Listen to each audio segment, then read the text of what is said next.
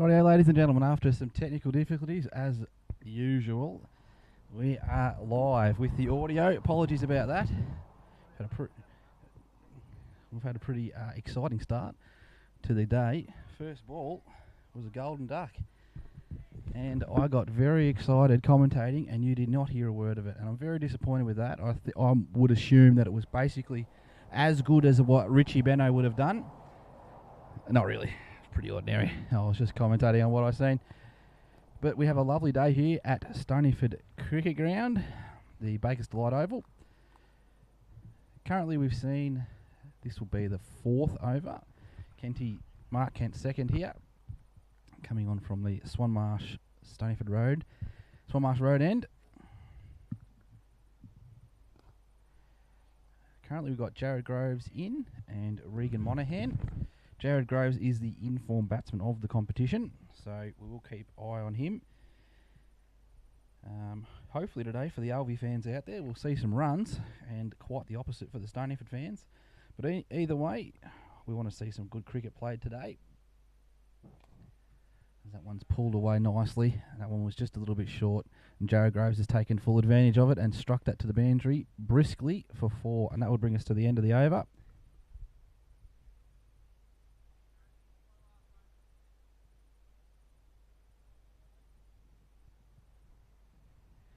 Alvie have won the toss here and elected to bat. No surprises there. We have a very quick ground out here today, so it will be very interesting to see how things progress and what sort of a score will look like. A par score, my estimations would probably be in the high 200s would be a par score here today, somewhere around the 250 zone and above. So it will be interesting to see how that transpires throughout the day today. As we see Jensen Monaghan in the middle now facing Jesse Williamson, the two Jessies. And just to go back a little bit here, that was Samuel Parker there. He's just tickled one outside the... Oh, have we got a chance here? Oh, and Tig has just a slight misfield. Stopped the run going any further. They're still looking to capitalise on early runs through the field here. So good running there by Jensen.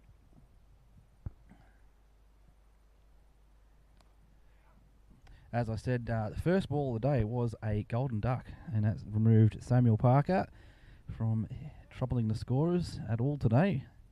Good, pretty simple catch taken there by Vishesh in the gully as Williamson approaches. Oh, Stoneyford will like to see that from the informed batsman Groves. A little slight bit upish. We'll take any advantages we can get here. But Jared Groves is definitely the form batsman of the competition. So as much as I would like to see Jared make some runs and a good total be made, I also want quite the opposite, being as biased as I am. I make no apologies for that.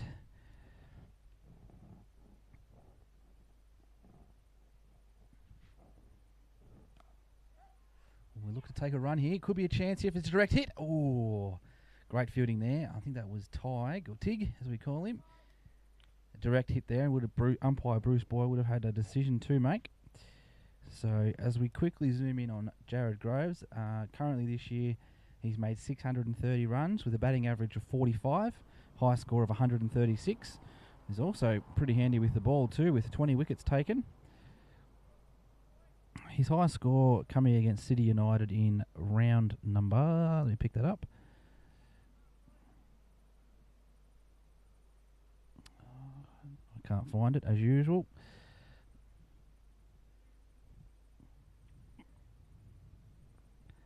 Probably should check these things before I... round 8, that one was.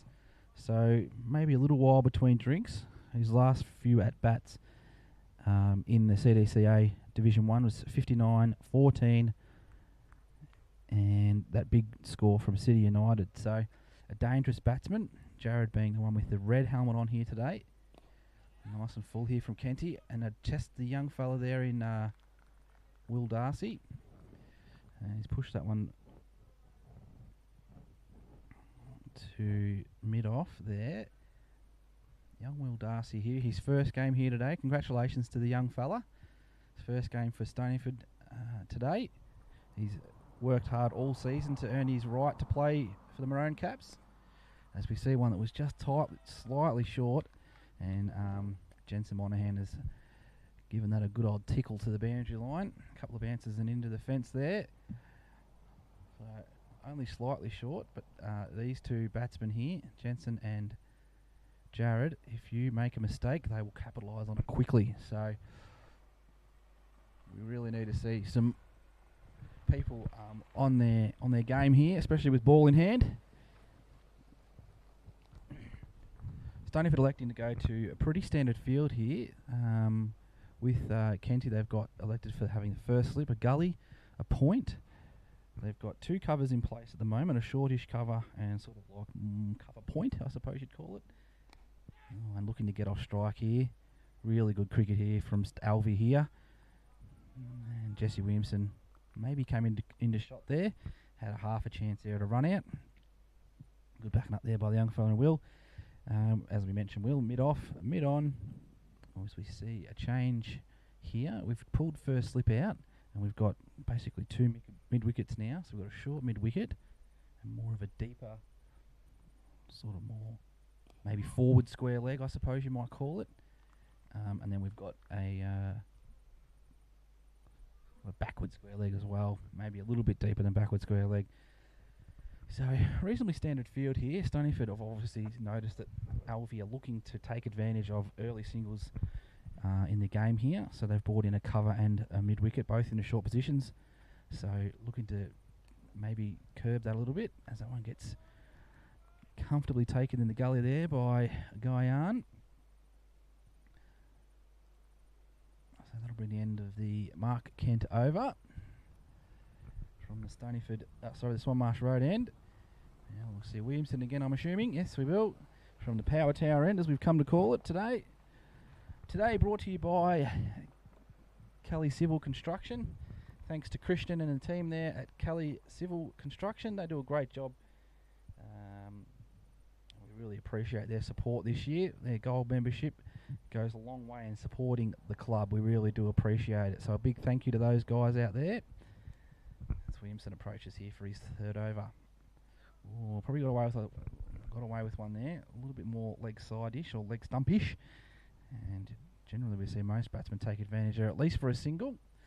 And with that, we have a square leg at the moment at a sort of a backward square. So might have even been two there. Beautifully fielded there by Mark Kent. In the shortish cover, looks like they've opted for sort of almost three covers here. We've sort of got a forward point that's short, a shortish cover, more of a deepish cover, a long off, a mid-off, and also a point. So Stoneyford looking to really slow down the run rate here. Oh, interesting to see what happens here. It was sort of well and truly left there. It's been given byes.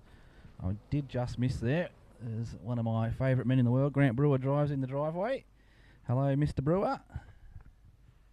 I might see if I can twist the great man's arm to come over and say a few wise words later in the commentary today. Wonderful cricket brain. So, umpire Boyd allowing that to be byes. So, train horn. That means it's wicket time for the wicket train. It also might be the sixth train, you never know. Ooh, oh. That has hit Vish quite hard. I don't think it hit his hands. Will he rub his leg? Let's find out. Always a nervous time here. Most cricketers wait a little while before they rub their leg, but he may not today. He hasn't rubbed his leg. It's a sign of a true cricketer there. Oh, that was a very close chance there. It's short cover. Would have been an absolute screamer there from Matty Boyd. I tell you what, it would have clipped his toenails had he not, if his foot had got in the way, as he's reenacting the slight 2% chance opportunity. He's giving me the thumbs up, hoping he's got it on camera. Didn't get that one on camera, I'm assuming. Is that a fine, Matty? Would that be a fine? Oh, he didn't get a hand on it, he reckons. Well, the camera will tell a different story, Matty. Good man. No, he was nowhere near it, but I won't be telling him that until he watches the replay back. Mark Kent here resuming for his 4th over. Groves at the striker's end. Oh, looking to test the field again here. And comfortable one there. Kenty sort of opting to go for more of a fuller delivery here. Really attacking the stumps here. So probably has a little bit of protection in the fact that the keeper's up to the stumps here, which is what we see more and more in the modern game. Oh, that one's wide. You heard a bit of a frustration cry there as they come back for the second. Yeah, just let himself down there, it feels.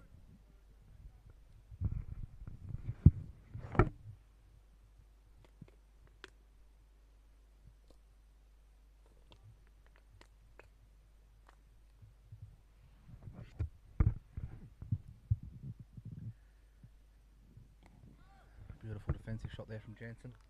All over that one. No problems at all there. Well, for a ferocious beginning here from Stoneyford, where they began well on top, these two have wrestled back the momentum.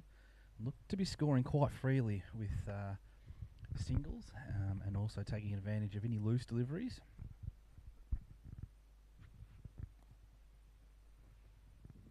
And that one's neatly hit forward of point. Tyler George neatly fielding that one, just running through for an easy single. Groves back on strike now.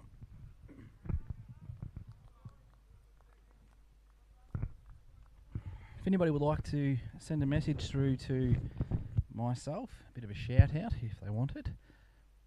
As Groves plays a nice defensive stroke there back to the bowler. Please get in contact with the Stoneyford Cricket Club messenger.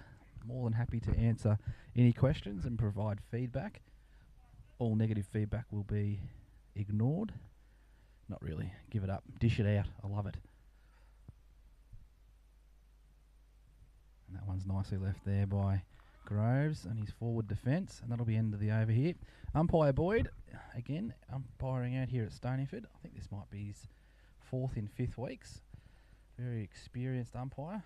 Probably recognised as one of the better umpires in the league.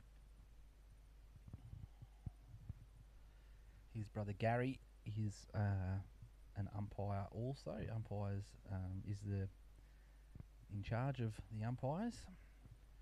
Generally, over the past probably 5 seasons, we've seen Gary and Bruce probably umpire the majority of the Division 1 Grand Finals, which is generally the 2 best umpires, you would imagine. Oh, as Guyan picks up and stops the single there. So Stoneyford going a very defensive field to singles with a short cover, really 2 short covers, but one's more pointish. That one will be called wide. I'd say they're looking to try and slow down that run rate and stop the rotation of strike here. Maybe look to get these players to play over the top. As that one let go. Jensen didn't see anything he liked there and let that one slide through to the keeper, Josh Boyd.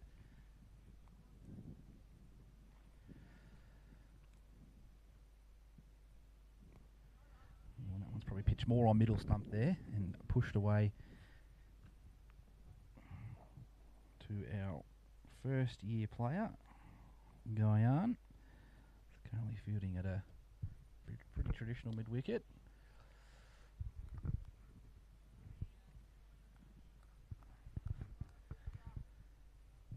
So, as mentioned earlier, Will Darcy's first game here today.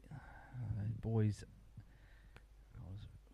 that'll be struck very well. It's gone straight to point. It could be a chance here. Oh, it was very well fielded there by young Lucas Raffanello at point there. But Jared Groves got back in plenty of time. No need for the interjection from the umpire. Very well fielded there. As we said, Will Darcy's first game, and I was honoured, absolutely honoured, to present him today with his Stoneyford hat, a bit of a tradition. Oh, and that's a lovely cover drive from Groves. Really just poked at it, and I'll look to get 3 here. Oh, I probably could have got 3. Groves sent his non-striker back.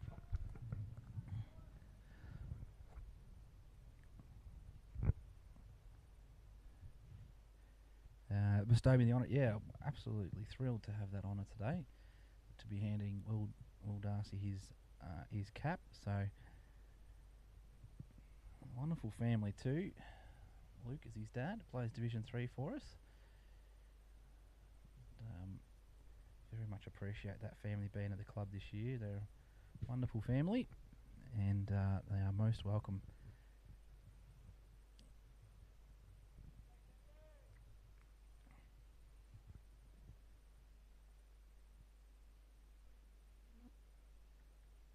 Okay. Oh, we've got an edge there, and it's just gone through probably a third slip position, I would have thought. Jensen looks to run a second, and they'll get back comfortably here. Guyan, or G as we've affectionately called him, throwing that one back into Josh Boyd over the stumps there. So Kent picks up the edge there. Probably look to capitalise on that line on length now, and hopefully can snare us a wicket.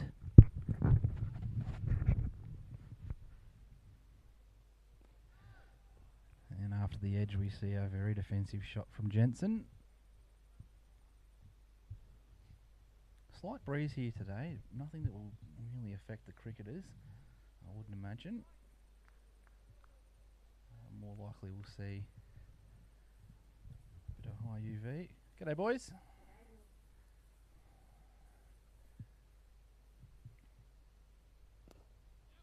And that's a nice straight there to Garlett to point. Lewis Kelly picks it up and fires it in, and that was a very athletic, very good looking piece of fielding there. A couple of our junior cricketers. There's no Division 3 cricket today, so we've got one of the Mark Kent's young fellas and Will Darcy's younger brother. Watching his big brother here make his debut. They're over in the nets having a bit of a slap about. You see a lovely poke to mid-off. Will Darcy comfortably fielding that one. There's no Division 3 today for the Australia Day proceedings, but there is Division 2 and Division 1. Oh, he's just gone, just put his hand straight through that one. I might actually get a fielding chance here. I'm in.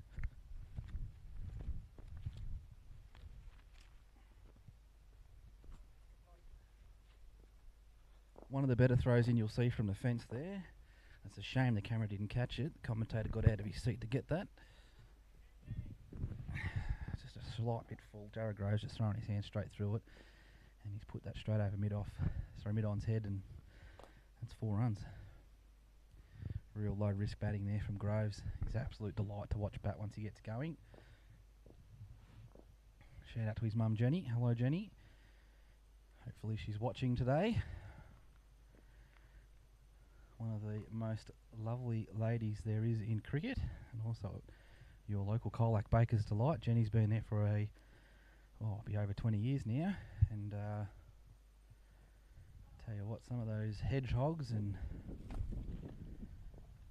what else, Rocky Road, rumballs, some of them that she makes and delivers to our house around Christmas time, very much appreciated. My kids are very big fans of Mrs. Groves' cooking. Thank you very much, Jenny.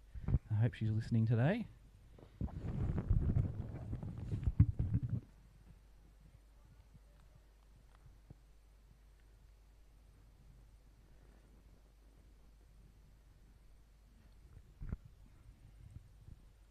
Oh, great. That's really good keeping there from Josh Boyd, saving some extra runs there from the wide.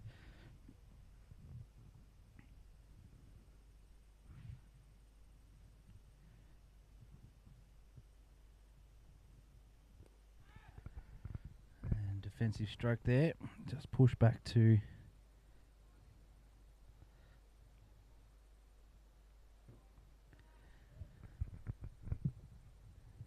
Williamson resuming, and that one's comfortably let go there. Jensen not seeing anything that he liked at all there, and let that one slide through.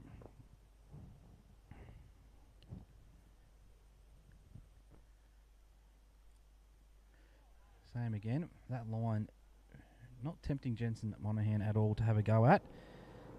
Obviously Jesse Williamson, who's a very accomplished cricketer in this format. Tempting. That'll be called wide.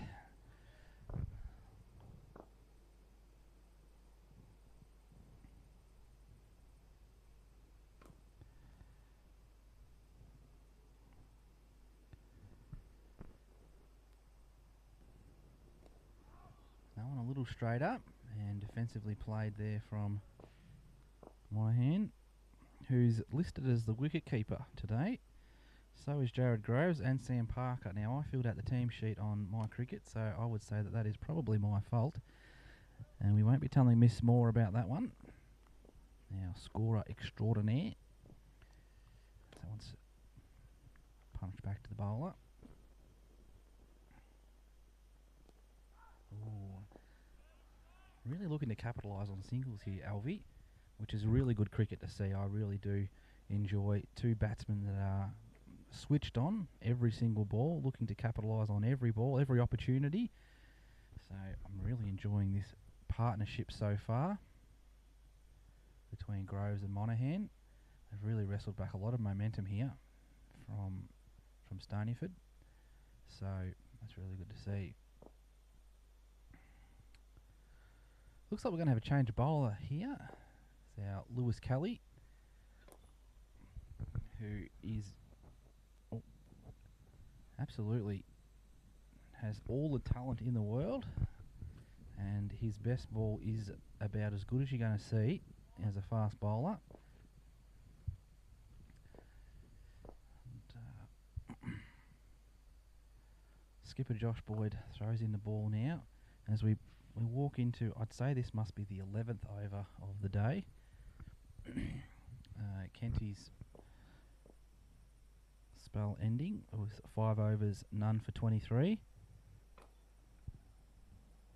At about 4.6 an over, so maybe pretty standard really, considering the pace of the ground out here, running over. Lewis Kelly electing to go for more of a standard field, so we've got no slip in. Interesting. We've got a deep fine leg, a third man, a gully, point, cover, extra cover. First ball flows through nicely as it slaps the wicketkeeper's gloves.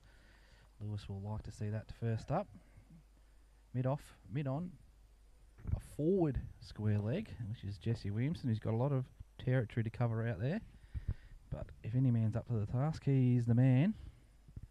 As Kelly approaches for his second ball. Oh, that's going to go to Williamson right now, and he's going to get to that, and he's going to stop. Really good fielding there, and they're going to get the single there. Groves probably recognising that we only do have the one out at square, so anything short probably be comfortably pulled, but maybe a little bit high in the blade there, as Groves does do a few practice runs of his last shot. Maybe not 100% happy with how it turned out. Oh, beautifully defensively played, and beautiful ball there from Lewis. Has the capability of absolutely bamboozling his opposition player.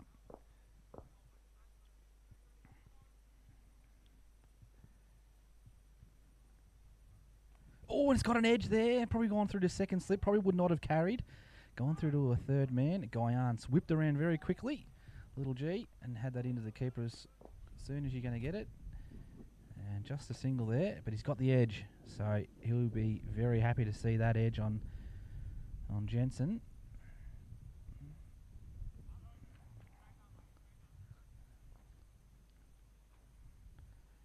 And didn't like the feel of that one, so he's going back for a second try. Just get the feeling there's a level of excitement out here as Lewis Kelly's been given the ball here. He comes in for his 5th ball. And that one's beautifully played from Jared Groves. And straight to point there.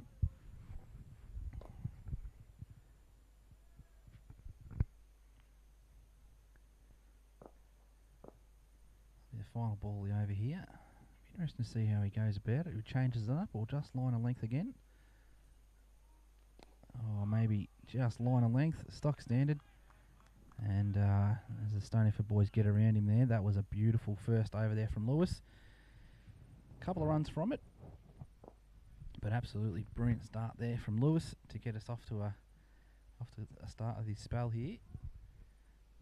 And it looks like we're going to see a change at the other end as well. Matty Boyd. Yes, we've got Matthew Boyd. Rolls out a few nicknames. Granny Grinder, Grinder. A few dance floor incidents have caused that nickname, I believe. May or may not have been there when it happened. One of our veterans in the team. One of a few, actually. He's played a lot of cricket and has been a consistent performer for Stoneyford for probably the better part of 2 decades. So, carrying on the Boyd tradition, his brothers have all played out here. His nephews, cousins. The Boyd name synonymous with Stoneyford. Actually be interesting to go back and see the last time that a Boyd didn't play for Stoneyford in Division 1. Boyd's first up ball. And as usual, it is on the money.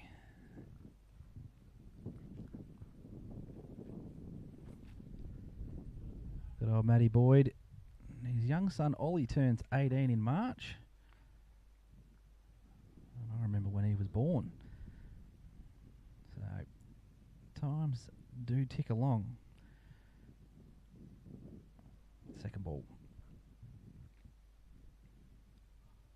Oh, well taken there by Josh Boyd again. Very active in the rollers keepers today. The roll's been shared around a little bit out here at Stoneyford this year with Vishesh and Josh. That one adjudged a wide, so a bit uncommon for Matty Boyd. Usually extremely stock standard, same delivery every ball. So, second ball again. Well, I'll look to get a single here. Not comfortably will. That one just neatly tucked away off the pads there. I'll get happily get a single. I've already had a quick yarn about Jared Groves' averages this year. The man at the other end, accomplished batter in his own right, making 304 runs, averaging 27. A high score of 65 this year. That was his last game actually against Birregurra. He got that 65. So a man in form as Groves just gets a little tickle on that one. Down to Lewis Kelly. I'll just get the single from it. So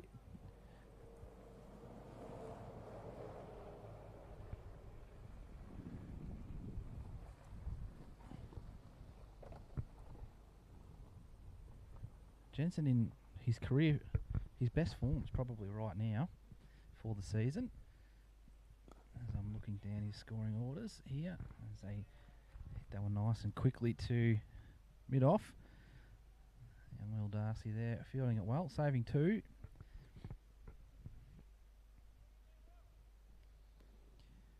Yeah, just quickly perusing back, we've got a 65, a 27 and a 43. And a 50 in probably the last month of cricket. So he's in a little bit of touch at the moment. So Stoneyford will probably try and look to get, if a chance comes early, they'll look to take it. As Groves paddles that one. Again, they've got this very heavy offside field, Stoneyford. Jensen and Jared have really showed early that if the ball's in the gap, they're running. So Stoneyford looking to close those gaps as much as possible. We've got a forward point and a short cover. That's Matty Boyd, same again. Stock stand delivered. That'll bring an end to the over. Couple off. As Alvie moved to 48. And that'll be after the, I think that would have been the 14th over that one. Again, Kelly from the Swanmarsh Road end. We'll resume next. J&S Ag, one of our gold sponsors this year. Did see a post during the week, on Facebook. They're digging a little trench there just to help a little bit of water flow on farms. So all your agricultural needs on the farm, a little bit of excavating along with some other stuff. Give the guys at J&S Ag a call. I'll be sure to help you out. 04 100 719 520. I think that's right. I'm reading it off the fence, and I haven't got the best vision. Oh, as Lewis pulls out that first delivery there. As we see the great man Lincoln there rolling in. Stoneyford playing with 12 today, and I reckon it will be a fight between Matthew Kent and Matthew Boyd to see who comes off first. Oh, that's a big swing there. Jensen seeing something he liked, but just follows through to the keeper, and a big fresh air sort of hit. Stoneyford have decided to take out one of their fielders and move. Looks like it's young Darcy. They've moved into a very traditional square leg, and they've taken out mid-off, so probably looking to see if they can capitalise on a drive here. As we go a shorter ball, it's going to be safe. They probably only look to get one here, maybe two. Yep, good running here from the boys. Run the first one hard. That's gone down to Matty Boyd at the fine leg. So shorter delivery. He's thrown the kitchen sink at it.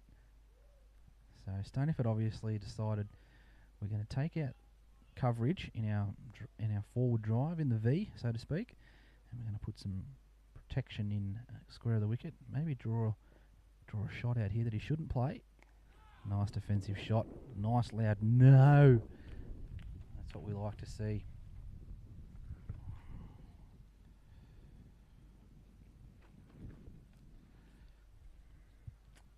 This year as captain, Joshy Boyd's definitely just looked to do, very standard fields with slight adjustments. Oh, that's very full. Probably going down leg. Worth a shout though. Hit the pads. Why not? He's given it a leg by, so yep, worthy of a shout. No bat involved.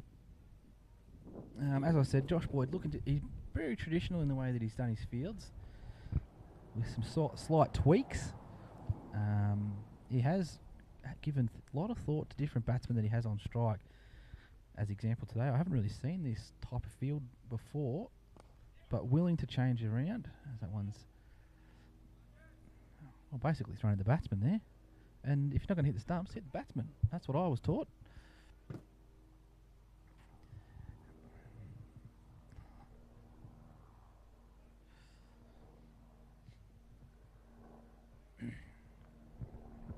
Not sure if you can hear that in the background, but we've got a helicopter hovering over us at the moment. Oh, and that was probably an inside edge there. Would have been a bloody brilliant catch. That'll run away for 4. Yep, umpire Boyd has adjudged that there was an edge on that, so maybe a slight chance there.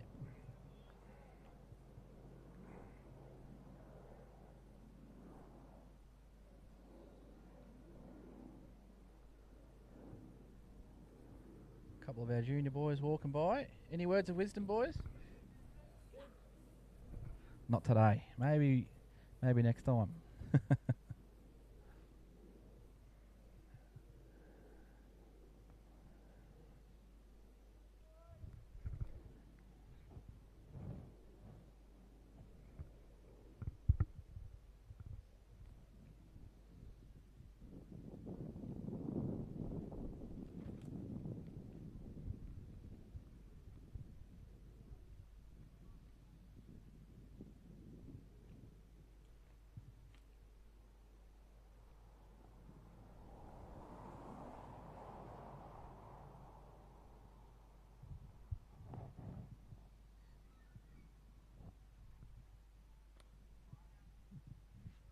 Matty Boyd from the power tower end, as I've come to call it. Comfortably sloshing that one. Jesse Williamson at a forward point.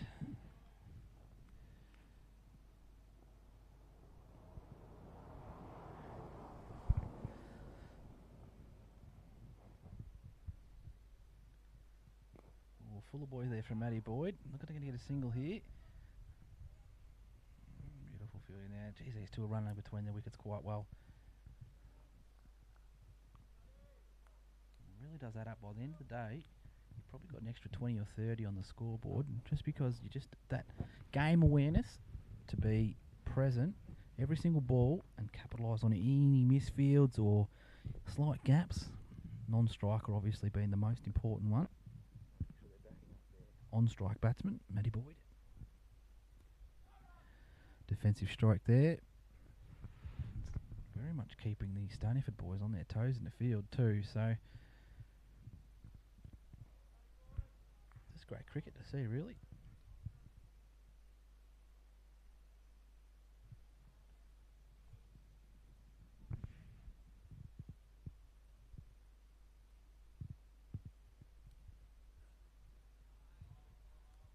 Great effort ball there from Matty Boyd with a big unchka at the end of that one. So that'll be well left there by Jensen. Looking quite comfortable here, really, the two, Jared and Jensen. Stoneyford will want to break this partnership as soon as they possibly can. Another defensive stroke there to Williamson. We're seeing a lot of common repetitive type stuff going on here with Monaghan to Williamson. Back to the bowler. As Alvie 1 for 57 at the moment. Jared Groves 19 off 37 balls and Monaghan 29 off 50.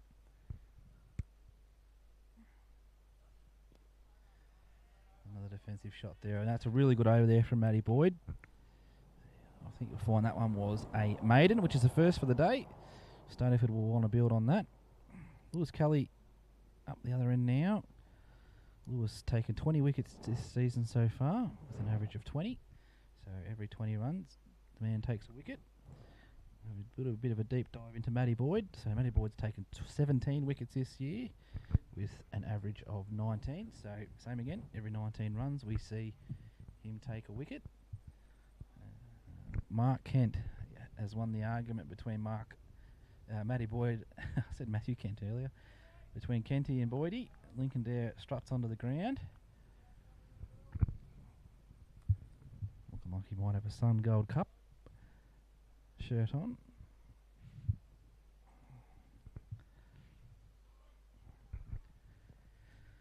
Talking with umpire Boyd before the game. This ball, and it's a lovely defensive stroke. To look to get two here. Oh, great fielding there by Lucas Raffanello, cutting that one off just for the single. As I mentioned, talking to umpire Boyd before the game here today, and I knew about the rule, but I wasn't 100% around the details of the rule. But if a fielder gets to the ground before 1 o'clock, they can walk on the ground and bowl straight away. But if they get here at 1 minute past 1 o'clock, they can't bowl until 1 minute past 2. Oh, is that one? That one cuts him in half there. He's just split him like a cos lettuce there. Straight in half. How delicious is cos lettuce?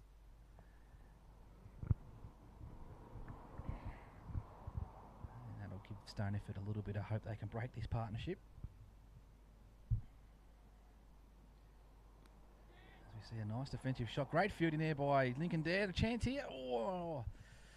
Tell you what, there probably wasn't much of a chance at all, really. But I tell you what, it's good to build up a little bit of pressure here from the commentary end. Get me excited anyway.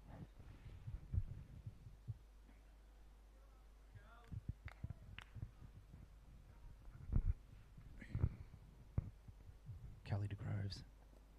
He's just touched it around the corner here, and that Matty Boyd's chasing that one down. But I think that's going to race away for 4. Yes, just using the pace of the bowler. Groves has just edged that off. Sorry, just guided that off the middle of the bat. Past square leg.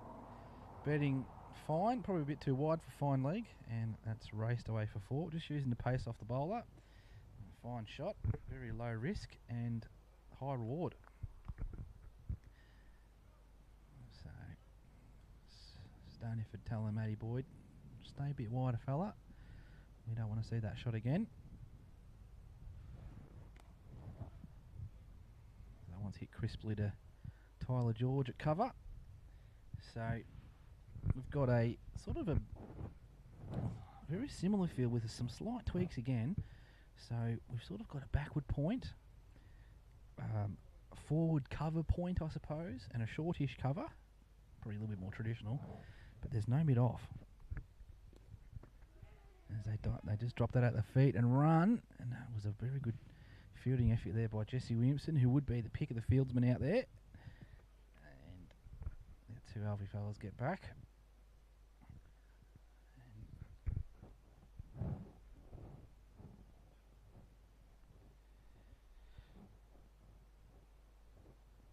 So that'll make Alvie, I think it's 64. It hasn't quite updated just yet. So yeah, they will be 1 for 64 at the moment. With this partnership, obviously a 64 run partnership because Parker went out first ball. And Jared Groves 25 off 41 balls. Monahan 30 runs off 54 balls. Both the boys have got 3 and 2 4s between them, no 6s yet. Stoneyford probably been just slightly ambitious with the extras. We've got 9 extras at this point from the overs. Matty Boyd resuming from the power tower end for his 3rd over. Only gone for 5 runs so far.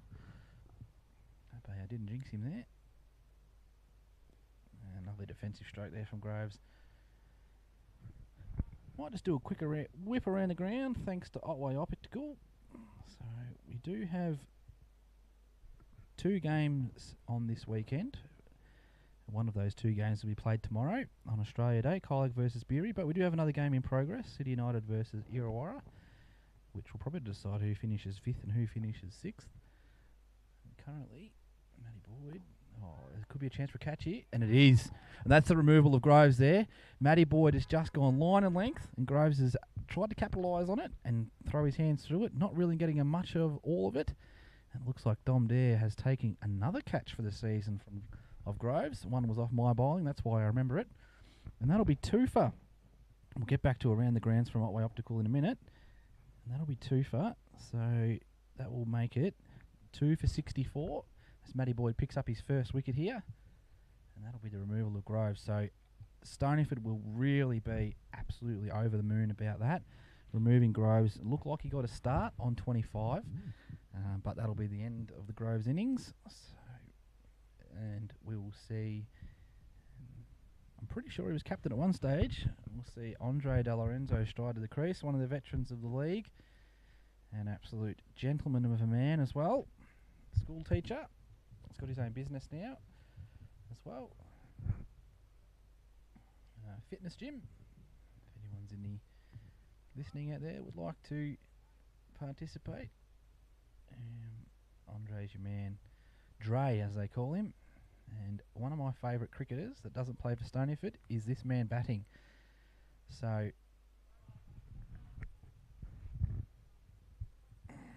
we will see what the momentum does now, which is a very big part of cricket, an underrated part in my opinion. Will Alvie be able to continue their momentum, or will Stoneyford be able to get on top here? As Boyd straight back into it, line and length to Dre.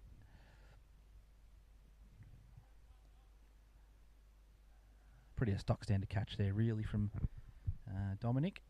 Probably made it look a lot harder than what it was, just for a little bit of peacocking for the frog box, I would imagine. That's always good. The voice is lifted in the field, so they're very much buoyed by the removal of Groves. Oh, as Matty Boyd beats the outside edge there. Absolutely perfect line of length delivery. Groves, beg your pardon, De Lorenzo not quite getting a piece of it. And that's the danger of Matty Boyd. It's just that line and length, general, natural variation of the ball. And he grinds away at wickets, as his nickname suggests. Again, that line of length, he finds the edge. Probably a bit more of a thickish edge there, really. As Jesse Williamson goes for another throw down. I think him and Dominic Dare must have a discussion in place to see how many times we can hit the stumps.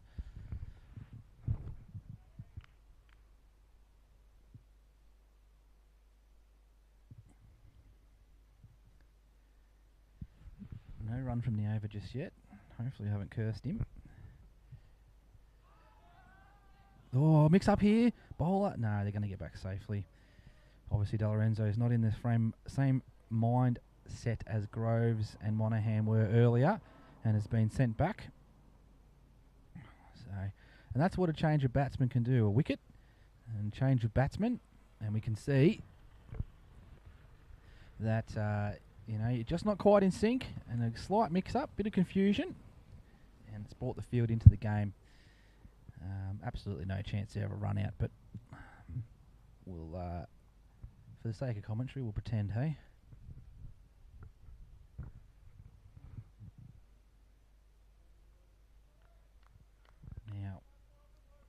bowling partnership has been very much prior to that wicket. We've seen some danger from these two. Oh, that could be close, and it's given out, and that'll be LBW, and that'll be the end of Monaghan. Oh, one brings two, the old saying. And that one was very much hit in front, and bat involved, I don't think so. And that'll be Lewis Cully's first wicket for the game here. And bowling in partnerships, these two have swung back and wrestled momentum from Alvie. And very much momentum is in Alvie's, in Stoneyford's corner as we speak right now. And an absolute, very simple decision there for umpire Boyd to give that one out. That one, from where I was sitting, again, extremely biased position. That one was about as giveable out as you're going to get. And that'll be the removal of the first drop batsman, Monaghan, who, if I'm being honest, was looking very dangerous. And I'm upset because I do enjoy watching a good batting performance, but also overjoyed that we've got a wicket there. So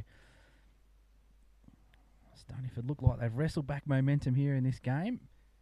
And we've got two new batsmen at the crease.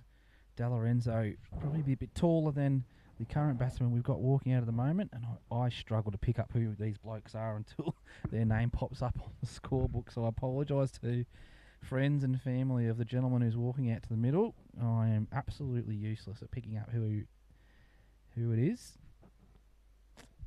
Oh, it's Liam McGuan. Well, I'll be. Liam McGuan, and I don't know how many games he's played this year. I don't think it's a huge amount. Nice defensive stroke. Liam McGuan's been around for many years. I played a lot of cricket against Liam. I think he's probably mid-30s, I would guess. Played a lot of cricket. Just deep diving into his stats here. So he has played, looks like he's played majority Division 2 games this year. Oh, he's made a few runs, 153 if you don't mind. Oh, good bat speed there. Just felt the breeze from the bat, actually. A little bit of wind flowing through my hair as he's done the old Oshgar and missed that one. Averaging 38 here, Liam. So, I mean, I've seen him make plenty of runs throughout his career. So it'll be interesting to see how we go here. As we've seen a tale of two stories there. We've seen the big shot and the leave. One after the other. So two new batsmen at the crease here. These blokes are very experienced cricketers. Both of them have played a lot of cricket together and for Alvie over the years. So they'll be no strangers to one another. As we see a wide delivery there. It's the first ball he's let himself down with this over. But it's been an absolutely beautiful attacking over.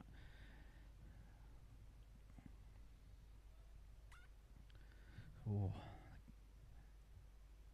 I'd like to say the commentary box is hot, but I'm sitting under a tent. I'm very excited here. Can Stoneyford pick up another wicket here? Oh, we've got an inside edge there, straight to ground. Neatly picked up there from Josh Boyd.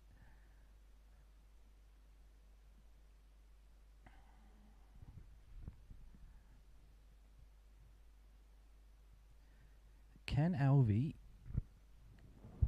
really bog down here? Just make some no runs for a couple of overs and just wrestle a little bit of momentum back from Stoneyford. As we see a very straight shot. It's hit the stumps. That'll be the end of the over. And apart from that maiden, we did not see a run off the bat there. Apart from that wide delivery, we did not see a run there. So, very good. Great over there from Lewis Cully as he's begun. I think that was his third over.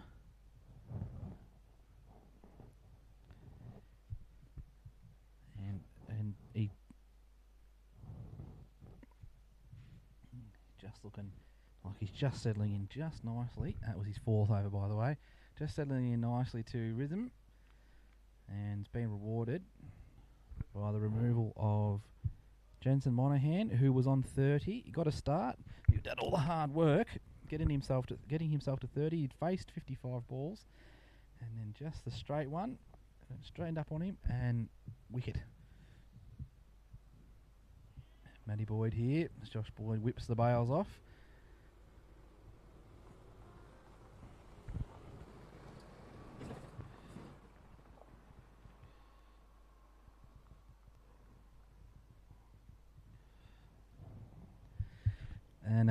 there to Mick Raffanello, who's just sent me through a text message. Thank you very much, Mick. I do enjoy your company. Next time you're in town, make sure you pop around and we'll share a Baker's Delight scone together. A good man.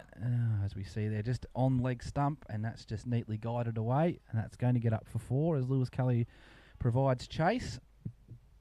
First loose delivery we've seen from Matty Boyd for a little while there, but you can almost guarantee he'll be back on the very next ball.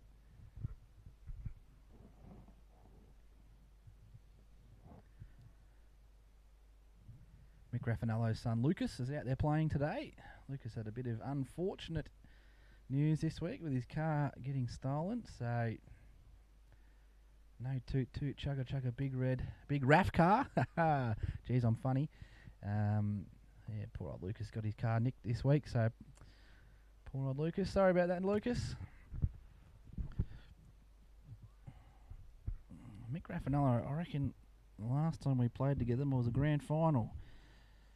It's hard to keep track of all the ones we've won. And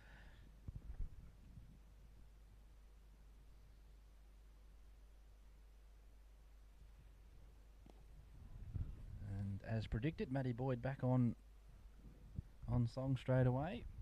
Lovely defensive stroke.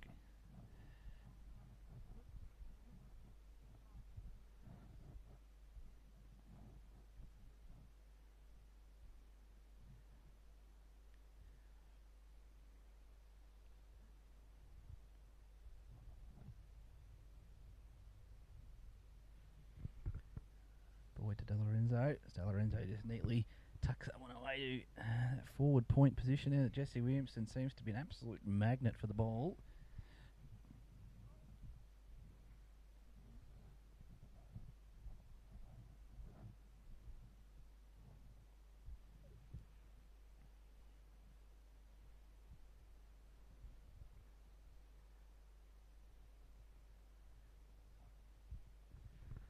Matty Boyd from the power tower end. Oh, he's gone a big swing there.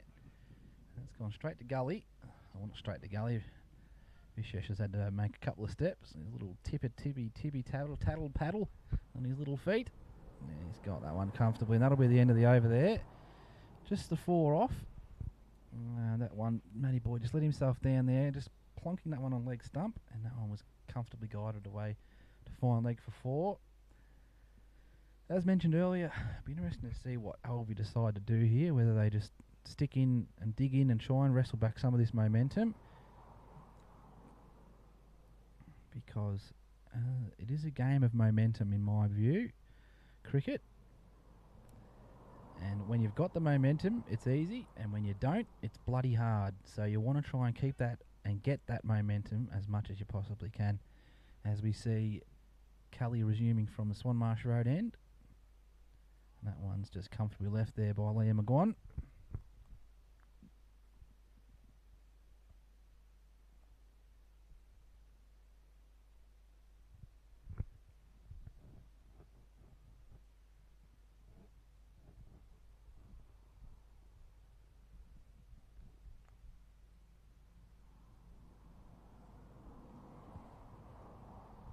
And that one's adjudged a wide there from umpire Boyd. Lewis just let himself down a little bit there. Previous over, I think it was only a wide that was actually given as a score. Otherwise, we would have had another maiden there from Kelly. Been bowling very well today.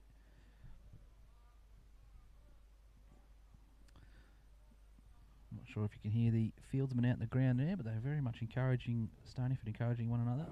Feeling that they do have the momentum and they are on top here. Oh, it's another big shot there from McGuan. And he's missed it with bat, but not missed the stumps. Oh, sorry, and also the stumps. So that'll give Stoneyford sheer delight to see not only the big whoosh, but the miss. And we haven't had a chance yet to go around the grounds thanks to Otway Optical, but we will now. City United versus Illawarra. Illawarra are 4 for 58. Go back live here. And defensive shot there from McGuan. Quick instead has been bowled by the big Axeman. 9 runs from 31 balls. Lanine LBW from the Curry Master.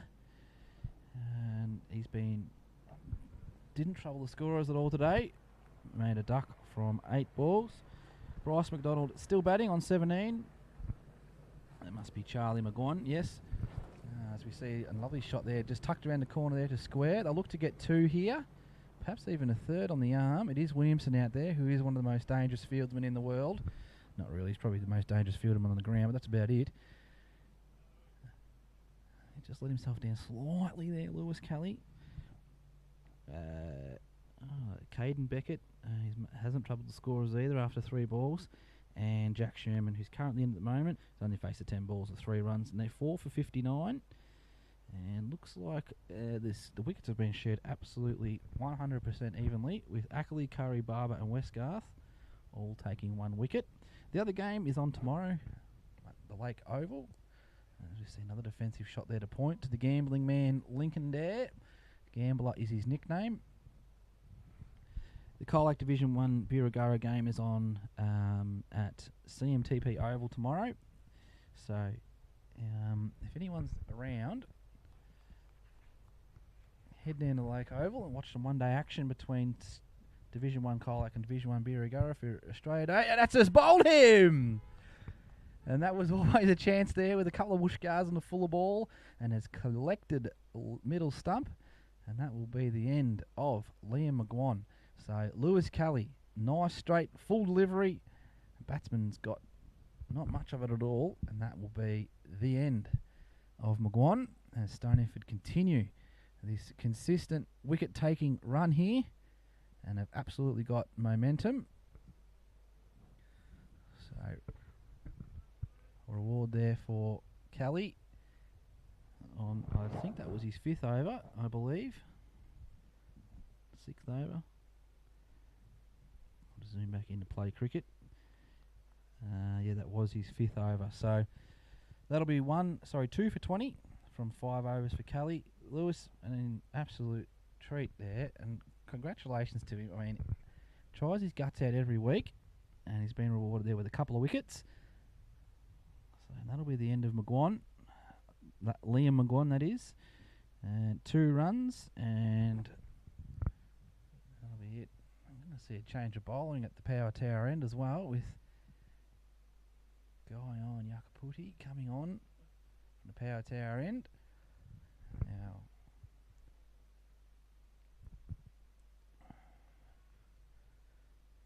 first year player at Stoneyford this year, has played a lot of cricket though. He's a little finger spinner, and he's slotted into the community here absolutely perfectly. One of the happiest blokes I've ever met. We're very happy to have him a part of the club. Ooh, he's given a little bit of a chance there as well. Was it a bit of an uppish one? As we see Sebastian Barrow come to the crease, and he's no slouch with the bat either. He's made just shy of 200 runs this season with a high score of 72. Batting average doesn't really represent his high score here. Batting average of 21, which is still very much very respectable. He's coming off a 22. We've got a chance here. Lewis Kelly coming underneath it, and he's taken the catch.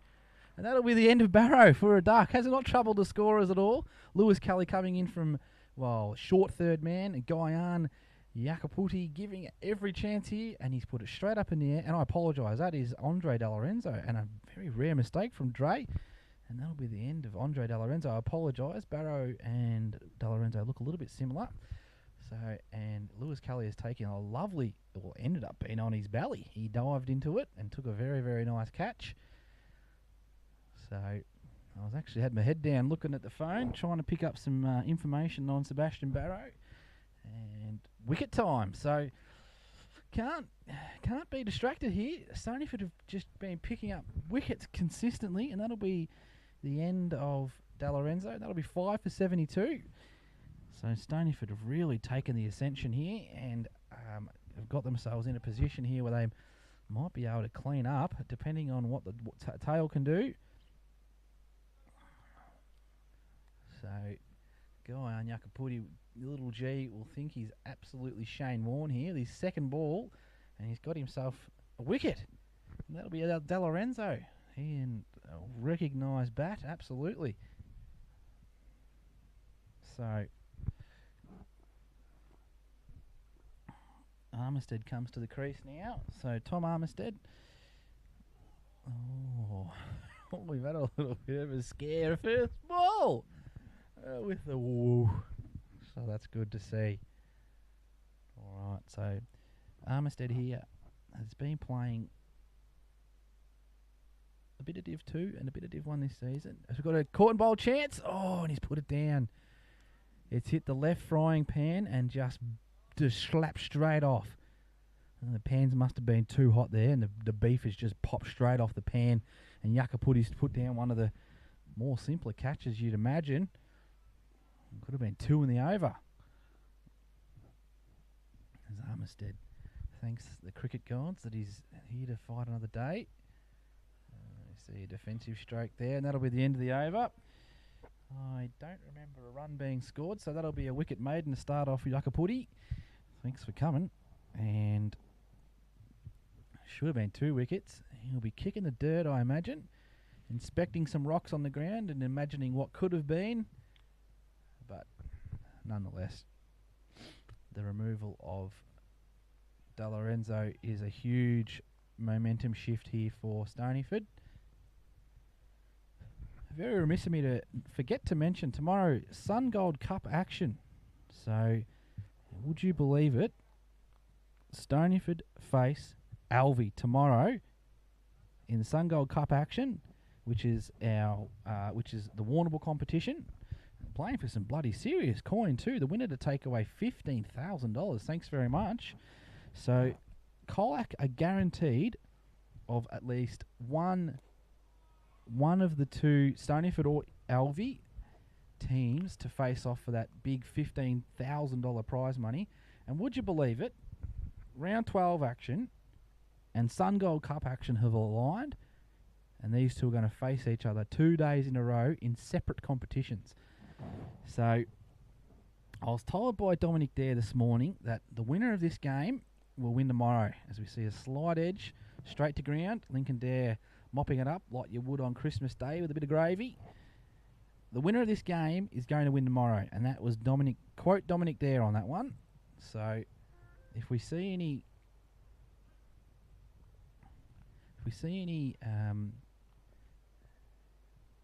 foretelling, any sort of what do you call it, Nostradamus type, like, oh, we got a chance there. Not really. It was clearly hit hard over the top of gully. I'm sorry.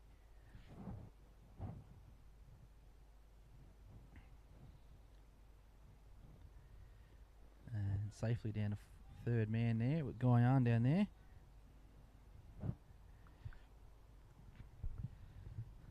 As we see, this will be the first time Armistead has seen Kelly. Oh, nice full straight delivery. Armistead taking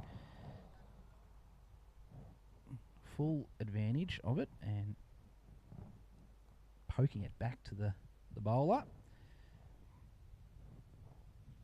5 for 73 here at the Baker's Delight Oval. Armistead yet to trouble the scorers from the score column anyway. And that one's just left. A very good line and a superb length. And Grant Brewer's just sent me a very kind text message to see if I would like a drink. And yes, Bruiser, I would love one. Water, please, sir. And bring a chair with you so we can have a quick yarn with one another. One of my favourite men in cricket, Grant Brewer.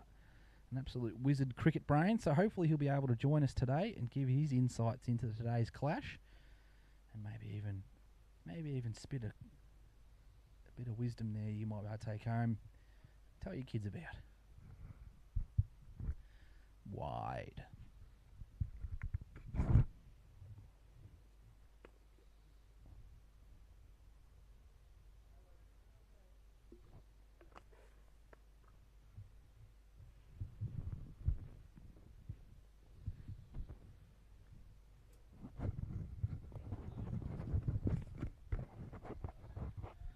So Armistead yet to trouble the scorers. That'll be the end of the over.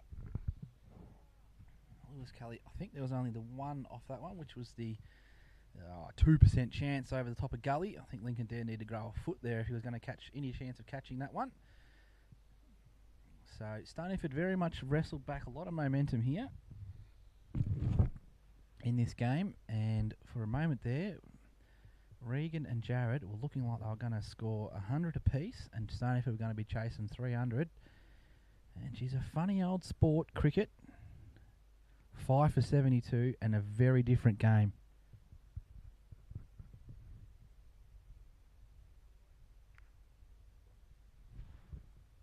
Mr. Brewer.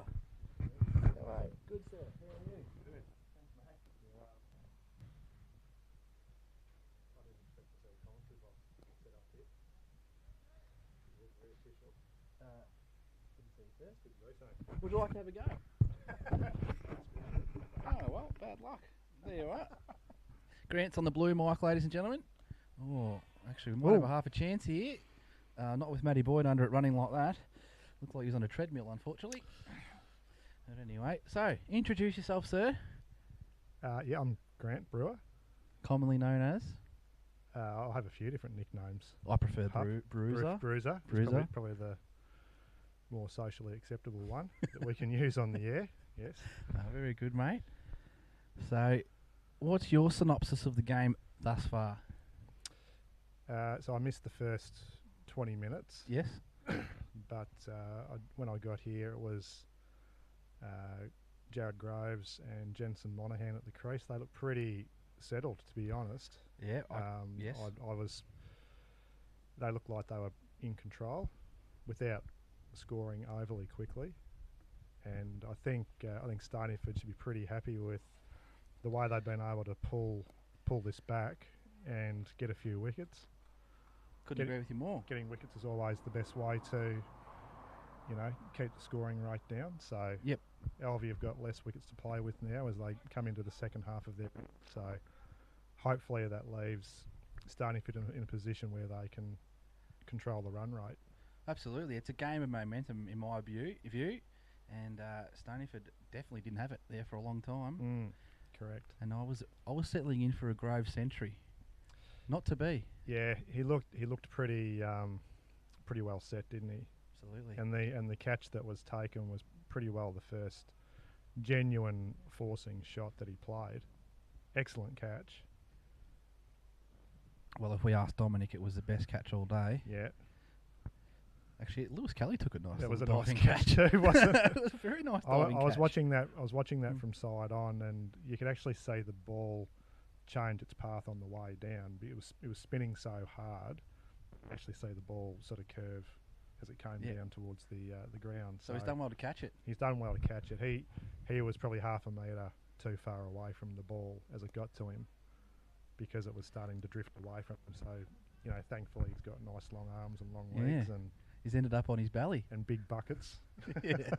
Oh, yes. And little sausage fingers like the commentator right now. That wouldn't have been handy at all. So I would have watched it bounce in front of me. Sorry, boys. The sun was in my eyes. Nowhere near the sun. So the Yuckaputty over ends there, and we saw a couple of runs from it. One little cow corner sort of slog, but that was about it really. So neat and tidy there from Guyan. As we've seen Lewis from the Marsh Road end, he's looked like the pick of the bowlers for mine. Yeah, I'd agree with that. His good ball is as good as anyone's, but can be a little bit, what's the word? Inconsistent. Probably what I'd say. He's let a couple go down leg side, which I think for any bowler is frustrating, but he bowls a very, very hard length to score off. Yep. Those balls that are just slightly fuller, they're actually quite hard to get forward to, because he comes from 6 inches higher than most other bowlers, and he gets the ball to bounce. It seems like he gets that sort of late angle too on that fuller delivery, which can be quite difficult to get in behind as the batsman, because you are looking to step forward and play through the ball, and then when she's sort of at your toes, you get a bit concerned. Yeah. And you see, it just tightens you up slightly. It's interesting watching from side on. And those really full balls, or those fuller balls, I think the batters actually find quite difficult to get forward to, because he comes from a a greater height. So picking and judging the length gets a little bit tougher when you're dealing with a bowler who's a little bit taller. Yeah, slightly yeah, it is deception there, I suppose, from that different height too. Is probably, as we see, probably an aggressive length, shit line, but an aggressive length. Yeah. But anyway, you got to try these things. But yeah, no, he's full of balls, very dangerous. But that line and length, that I mean, you just drum it into the young kids. That just above off stump, that delivery for Lewis Kelly is about as dangerous as a ball gets out of his hand, I reckon. As we see one at a chance, and it's taken. Carried. It's taken, and that is the big Dom Dare, and he'll say that's the second best catch of the day. And that removes, it looks like Tom Armistead, that'll be the end of him. And as commentated by us, Bruiser, line and length, carried the first slip, and that'll be the end of Armistead, and that'll be 6 for 83 here. So Alvie, they're in a little bit of strife here. They might not even get to 100 here. This could be an interesting day for Stoneyford, and maybe a quick day where we get the Lamingtons out early and the party pies, and maybe start the early celebrations for the Sun Gold Cup, Bruiser. Well, I've been around cricket long enough, Pup, to know that we shouldn't get ahead of ourselves, should we? I'm totally biased, Bruiser, and I absolutely admit that I am. But yes, you're right, because it's a funny bloody game. Look, Alvie always bring depth to their teams as well. So just because they're 6 for less than 100, I wouldn't necessarily assume that we're going to roll them for 120. It'd be nice. Be very nice. Let's not lie about our biases here, Pup. Oh, well, I'm just leaning into mine. Yeah.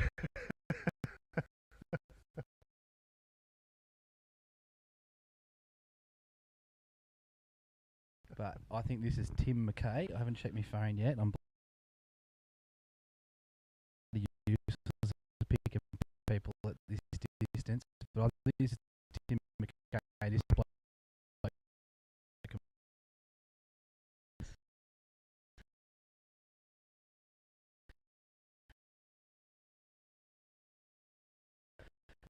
So Stoneyford will not be thinking. Was I actually incredibly excited opportunity to play Division 1 cricket, because apart from being a really good young natural athlete, he's worked incredibly hard over the last sort of 12 to 18 months. I would suggest he's probably done more practice than just about anyone at the club in the last 2 years.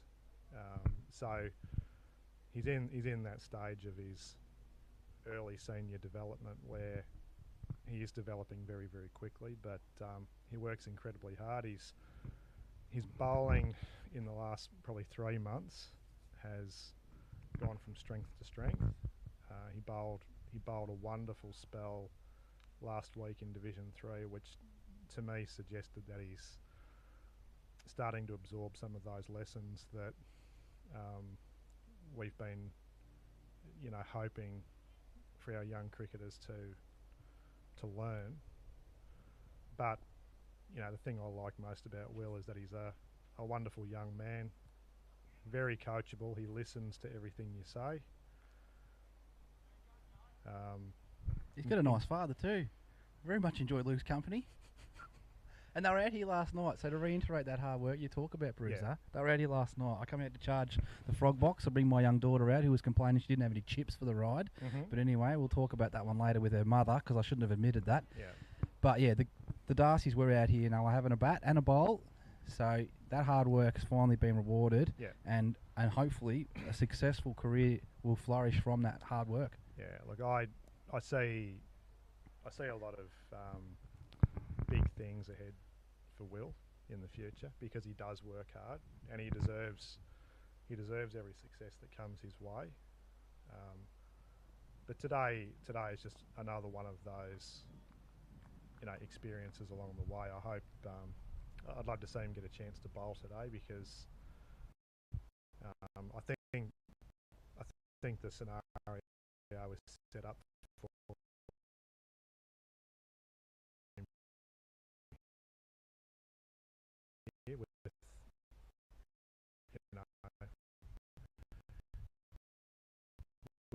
senior bowlers making some inroads. To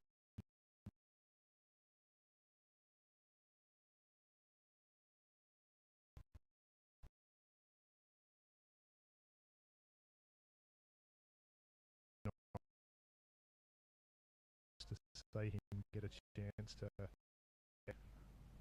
and the rest of the guys, and grateful for the lessons they We really appreciate the under passion you do have. And here from Guyane, he came, and I could always get these mucked up, around the wicket, over the wicket, the opposite side to what he's doing right now, and quite change up there to see, just trying something different. Two batsmen got away for a little single there. Looks like we're going to have a drink here, which means I have a drink. Thank you very much, Bruiser, for coming and joining me. You're more than welcome to come back after drinks, mate. Thanks for having me. But I'm going to get myself a chocolate bar. We're back in a minute. Thanks very much. Thanks, mate. That's all right. I hope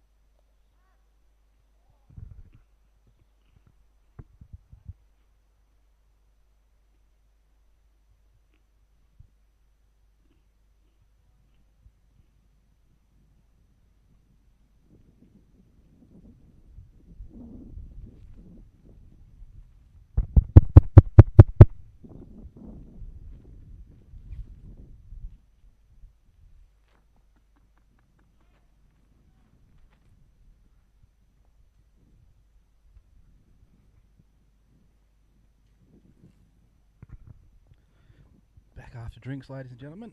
Just snuck in a little Kit Kat Coca-Cola as McKay plays a defensive shot there. Big thanks to Grant Brewer for bringing me over a drink of water and also obviously his insights into cricket. Beautiful cricket brain, as you can see there, ladies and gentlemen. A very passionate man about cricket and one of my favourite men in and around cricket. Just a good bloke.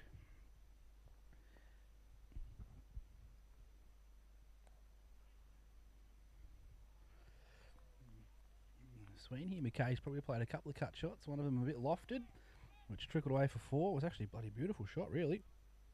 He's just punched that one there as well, through to point as well. Kenty's fielding away there. So 6 for 91. Momentum in the balance. Stoneyford very much on top most of the second part of this game. I do feel a slight shift in momentum with McKay at the crease. He will bring a little bit of nervousness here for Stoneyford because he has troubled us in the past. So the last time we faced each other, he made 29, and I can't delve back any further than that, but anecdotally can tell you that Tim McKay has troubled us in the past here. So Stoneyford will be looking to remove him ASAP. So very much game on here, and I feel if Alvie can get themselves to 150 plus, which is very doable, this game will be on here. Stoneyford will not like to chase down 150. It's a very awkward number. It's not enough that it's a gimme, and sorry, it's too much that it's a gimme, and it's not enough to not give yourself concern about. So if Alvie can get themselves here to 150 or above, I reckon that will give Stoneyford real troubles as they go into face Alvie for their batting innings. But I'm getting a little bit ahead of myself as we've still got a couple of bats here. Look, this will be a simple catch here for Lincoln Dare, and is.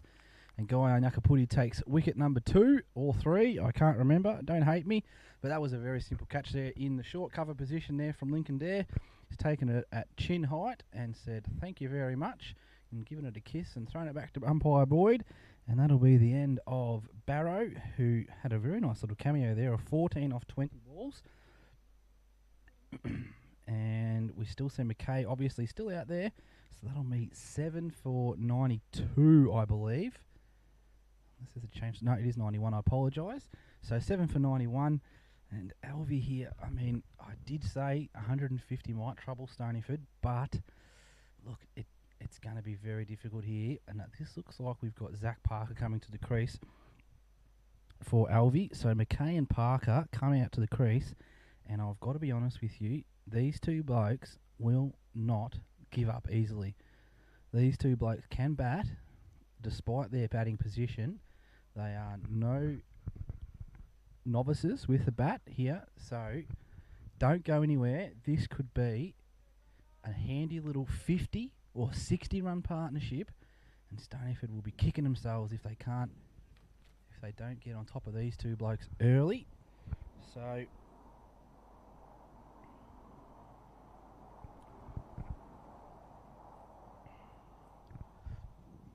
going on Yakaputi.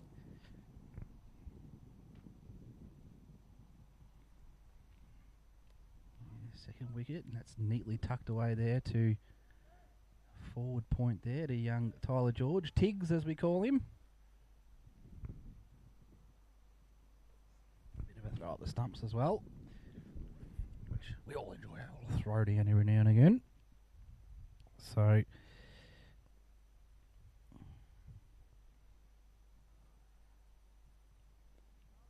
lovely forward defence here from Parker. So, high score of 30 this year, which again came against Stoneyford. I did tell you these two are accomplished against us. So these two will have a little bit of confidence here. Parker coming off 30 last time they played us. And McKay coming off 29. So, 60-run partnership definitely on the cards here if you give any credence to previous performance. So I do have a feeling here that these two could be the difference between a simple game for Stoneyford to chase down, and something that they would be very worried about. The difference between 100 and 150. So, even though we've had a consistent rate of wickets fallen, my spidey senses are tingling. I just feel that the wicket here between these two is going to be a little bit of a key into whether or not Alvie can post a score that will trouble Stoneyford. So, and as I say that, we've got a change of bowler, and this will be the young man's first ball in Division 1 cricket. Let's wish him all the very best. And, well, perhaps one he'll want to forget. So, fortunately, he gets to do it again. So that isn't his first ball in Division 1 cricket, because it was wide.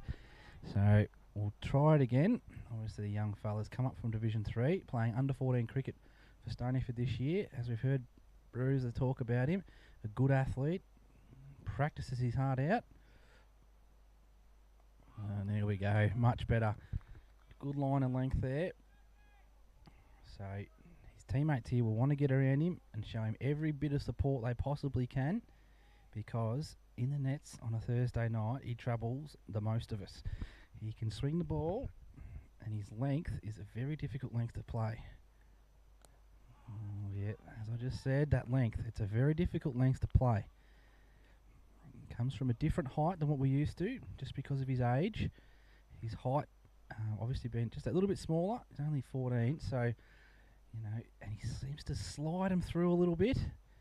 Gets a little bit of wobble when the seam's upright, and that length, a very difficult length to play against.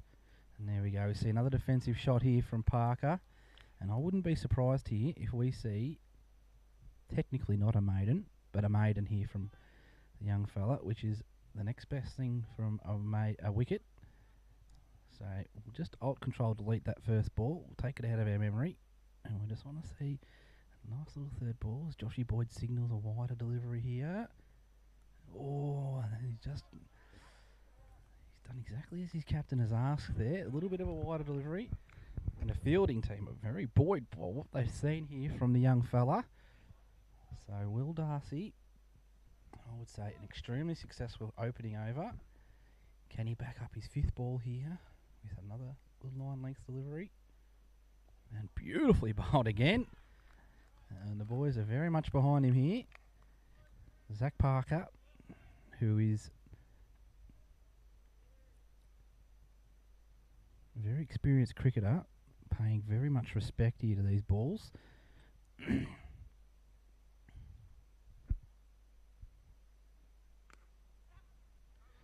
Just going to see a single here as Lewis Kelly picks that one up comfortably, and Parker and McCarthy run through, and that'll be 2 off the over with that one wide delivery. Josh Boyd, skipper of the Division 1 side, very happy to be with his opening over there from the young fella. So the boys are very happy with what they've seen there, and long may this young man's career continue. Hopefully with the maroon caps, but I have high ambitions for the young man. Hopefully we'll see him maybe down the road at Geelong at some stage, but as usual, get ahead of myself.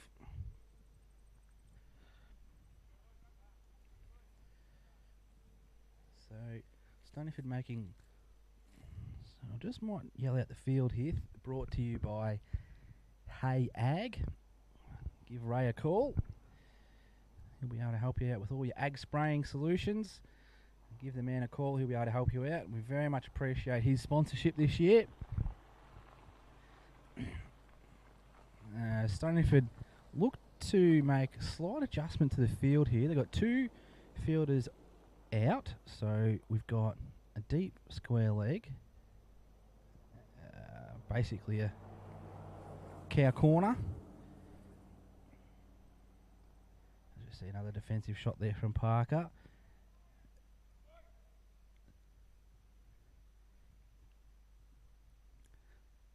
We've got a cover in place, a deeper cover, point, gully, long off, mid off, mid on, a deepish mid wicket, cow corner, and a deep square leg. So Stoneyford going with a pretty standard-ish, maybe a couple of little tweaks here with the extra cover in play for a finger spinner, giving themselves a bit of protection Again, Guyan Yakapuri showing his experience here with good line of length. Parker respecting the bowler with some defensive shots, waiting for that looser ball.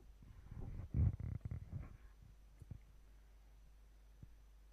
little bit of a fuller ball. That's neatly punched away down the ground to mid-on, mid-off. Get them too confused. I'll tell you what, if I had an extras counter for the errors that I make, I'd be the top scorer for most sides. McKay here, so Yakapudi. And again, defensive stroke. The short cover Lincoln there, and that'll be the end of the over. One off. And that'll take Alvie to 7 for 95, I'm sorry. And that'll be the end of the 29th over. So Stoneyford actually getting through their overs pretty quickly here today. Sometimes we do see them take a bit of time, but today looks like they're getting through these overs rather briskly. So good to see. And a view as the sun sort of parts through the clouds here, getting a little bit of sun, which is always good for the skin cancer devils out there. Might do a quick whip around the grounds. Thanks to Shane Quick Calf Buying. So quickly pop into Division 1 here. So we've got a very similar scorecard at the opposite ground. So Illawarra won the toss and batted first, and they are currently 7 for 98, and Alvie are 7 for 95. So got some bloody similarities there. Sherman's still in, and Holland has just come to the crease on 6. Jack Sherman currently top scoring on 23, and that's a lovely shot there from Parker, and that's going to race away for 4 here. Lewis Raffanella giving chase, but definitely put through for 4 there. So just a lovely little sort of onside drive, punted through, offside drive. Again, told you I do muck these things up. Sort of offside drive, and capitalising on sort of more of a straightish delivery and a bit, maybe a touch short. And yeah, just quite comfortably put away there. Stoneyford did not like what they saw there. They've sent Lucas Raffanello back to the fence. Stay there, son. And again, that same length that does trouble us in the nets. We're seeing it here again. Just able to use his height to his advantage and just slide them through. And that's smart cricket, really.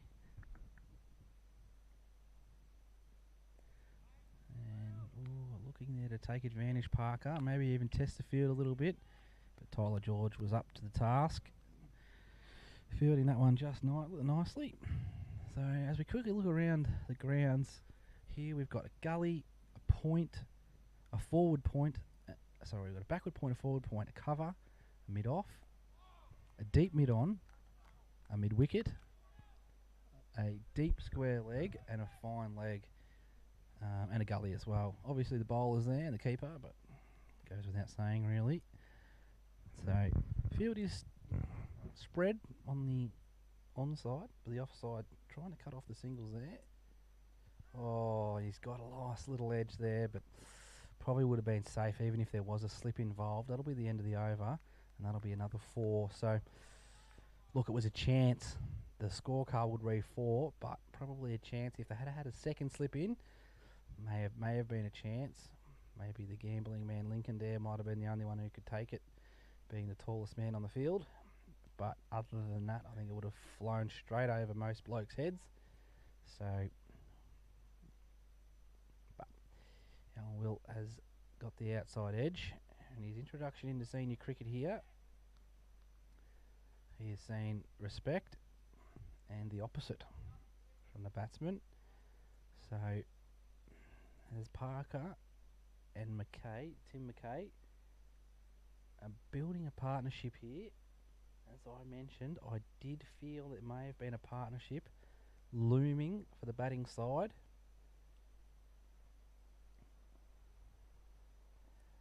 Yakapudi makes a slight change to his field pointer, and Lucas Raffanella, yellow, come in 5 steps, young man. Defensive shot from McKay, and that'll be no run. As we quickly zoom back to the Illawarra City United game, the Axeman has taken 2 wickets, 7 overs for 20. Barber who played bloody great cricket against us here out at Stoneyford a few weeks ago. As that one there's just gently pushed to point. To gully. Vishesh. No problems at all. And Barber's taken 2 wickets for 22, 2 maidens from the 6 overs. So he's continued on his form with ball. Oh, Guyan loves a shout. And that one was no exception there. Turning around to umpire Boyd and asking the question. Quickly refused. He's just a competitor and he just wants to get these wickets. So he's quite vocal when he appeals. I like seeing that as he tries a fuller delivery. Okay, just digs that one out quite easily really and punts it back to the bowler.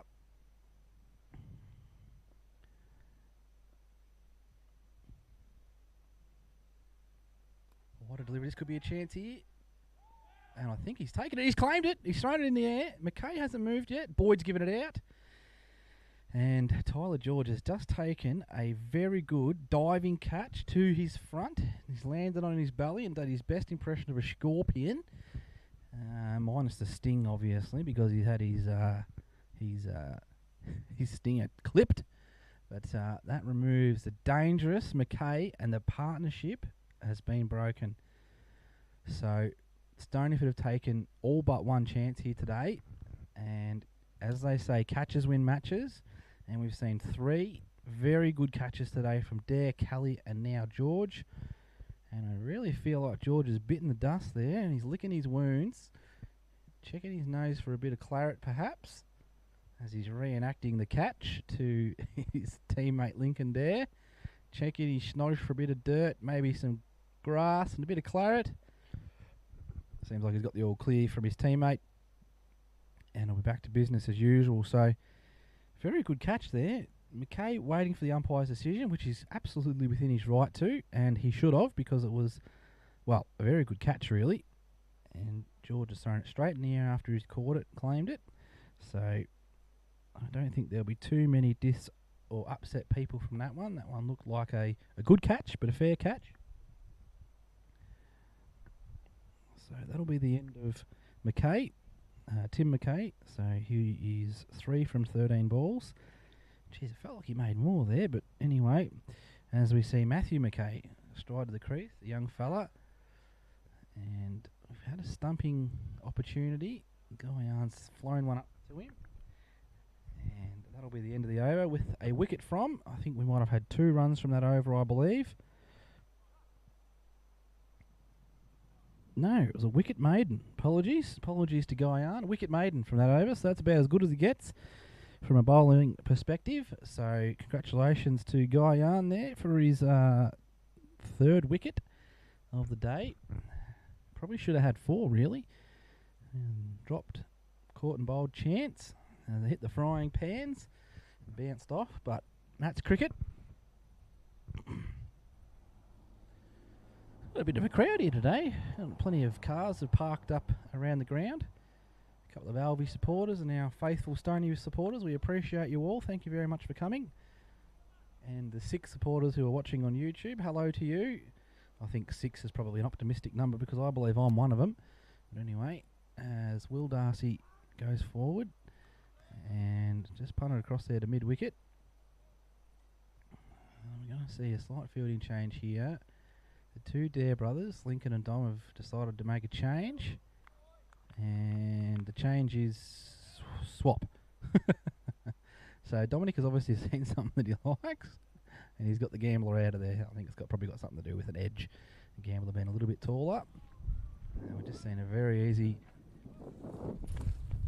I actually think what I've seen there is they've seen that Zach Parker is... got the momentum and he's batting very well, and they wanted to get him off strike. So, g'day Kevin, as El Presidente drives past. The great man himself. So, what I would predict here is that Stoneyford have decided we want to get Parker off strike. We've seen something that we like in McKay, and we want to take advantage of it. So, good cricket thinking. As Willie let the ones go through. So I think we might even have young Matthew McKay, I don't think he's only played the 4 games this season. All of them Div 1 though. Hasn't trebled the score as much at all. As we see a wide there from Darcy. He's only batted the 2 times this season. No, 3 times, I apologise. For the not out. He's been out 0 once, and he's made 2 against Birregurra. So, yeah, still beginning his career. Oh, as we see a bloody beautiful, picturesque almost cover drive from the young fella. Very beautiful stroke there from McKay. Wouldn't mind unpacking that one further and packing it back into my little shot selection. Lovely defensive shot here. A little bit of a challenge here from the 2 less experienced players on the ground, young McKay and young Darcy. Probably, I would assume they've played each other a few times in the past.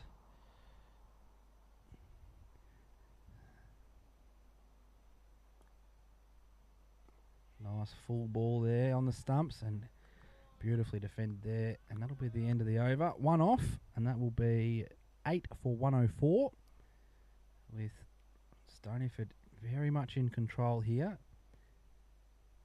As I did send to Bruiser earlier, it is a game where funny things can happen.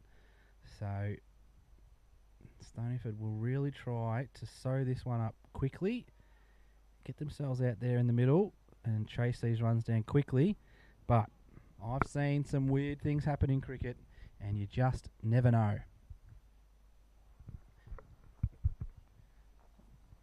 So, with big thanks to the Halls Gap Hotel, I want to remind you all that tomorrow we have got our Sun Gold Cup competitions in Warrnambool, where we actually, just through pure coincidence, we take on Alvie. If you can believe it or not, a completely different non-domestic competition. We're playing against Alvie tomorrow in Warrnambool, or Allansford. So, again, yes, this tactic of getting Parker off strike or giving him the single and keeping the younger McKay on strike is the tactic that Stoneyford have gone for, which is probably cricket that you want to see, given the young man's inexperience, I suppose is probably a fair word to say. But Stoneyford see something that they like and they're going to try and work on it. Again, guys, this is Division 1 cricket, despite what you may think is fair or unfair. As maybe even I think it might be a little bit cheeky from Stoneyford, but yes, it is Division 1 cricket, guys, so we do have to remind ourselves that this is the big stuff. As we see a bit of a wider line there and a shorter length, tempting the batsman into playing a shot.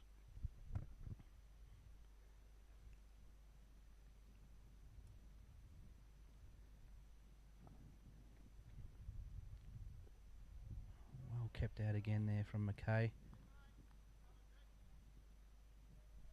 I've been very impressed here from some defensive stroke play that I've seen from McKay. So, and that cover drive was about as picture perfect as you're going to see.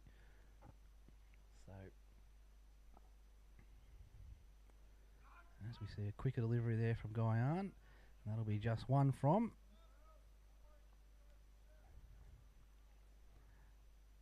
So we'll see if Stoneyford do employ the same tactic again, spread the field, give the single, get McKay on strike, or if they'll change their tactic. One does suggest they'll probably continue on with what they were doing as young Darcy comes back to the Swanmarsh Road end. And big thanks to our sponsor in Halls Gap, the Halls Gap Hotel. Tomorrow, if we are unsuccessful in our first game, we will be going to join the fine folk at the Halls Gap Hotel for some light refreshments. I think not.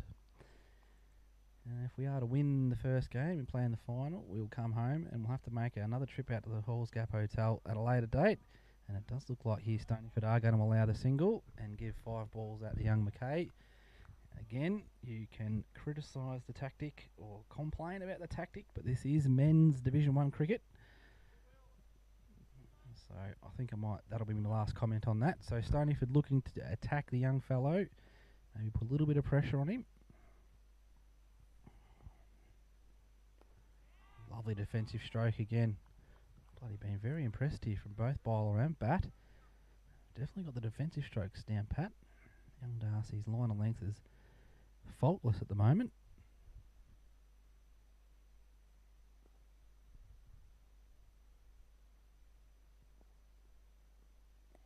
And again, that beautiful defensive play here from McKay. I'm actually not 100% sure if Tim McKay and Matthew McKay are related. I actually don't know, so someone can shoot me through a text message on the Stoneyford Facebook page and let me know. That'd be wonderful. I see a shorter delivery there that's cut straight to Vishesh at point.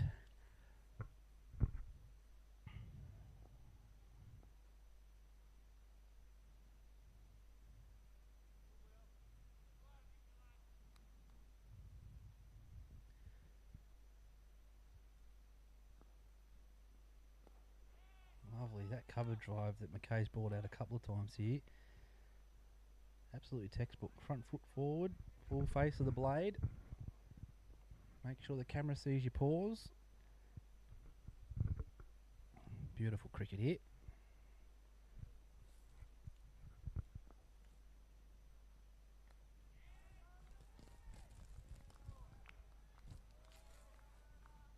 That'll be the end of the over. One from, seems like we've got a bit of a pattern here. One from the over, that was to Parker. And Yakapudi again from the power tower end. As the two Dare brothers get around young Will Darcy. Another good over, only one from.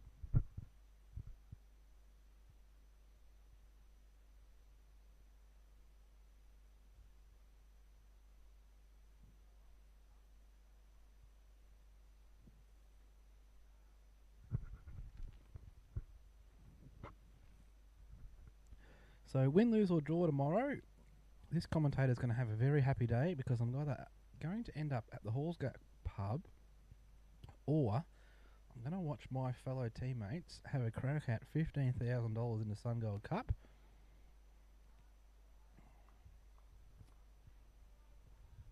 That's what we call a win-win.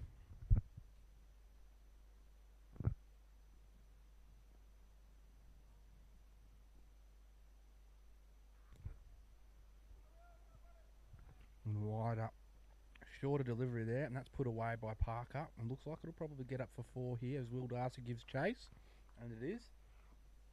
You could even hear the bowler grunt in frustration as he let that ball go, and Parker's taken full advantage of the short wide one, and he's put it through mid-off, and that was gone. Raced away to the boundary for 4 runs, and that brings up a very unique number. 1-1-1.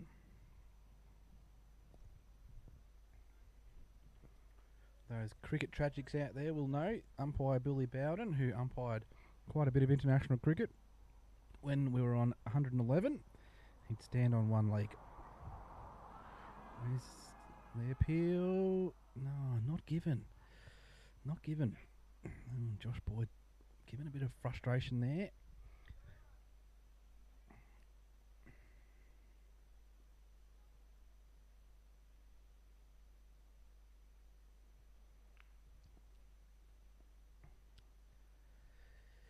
Stoneyford thought they tickled the edge there.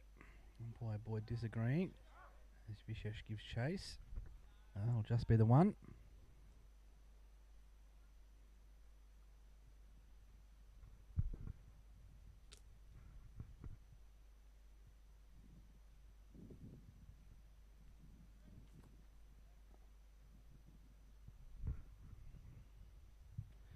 As this battle continues here between Matthew McKay and Goyan, that'll be the last ball of the over.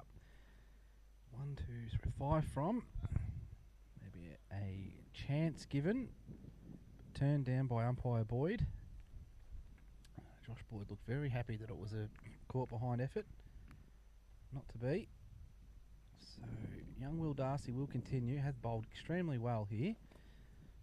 Bowled very, very well. So we're all hoping that he is able to pick up his first wicket here in senior cricket. And I'll be interested to see how the boys get around him when that moment does happen. And my eyes will be firmly set on Lucas Raffanello and his ability to run in quickly and celebrate. And the only reason I say that is because he's about 5 metres away from me as he gives me the thumbs up. Lovely defensive shot again here from Parker. Given young Will Darcy plenty of respect here. He's bowled extremely well. Good line and length. Had a couple of rash balls, but nothing that you would be upset about as captain. He's given himself every opportunity to try and get his first scalp in senior cricket. Fuller delivery. And again, Stoneyford tactic of letting the one run go through. Get Parker off strike, which is the more experienced of the two batsmen, is in full effect.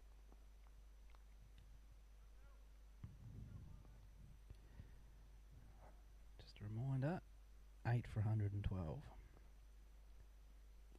Well, that's a full ball. They look to get a chance here, and very good running there.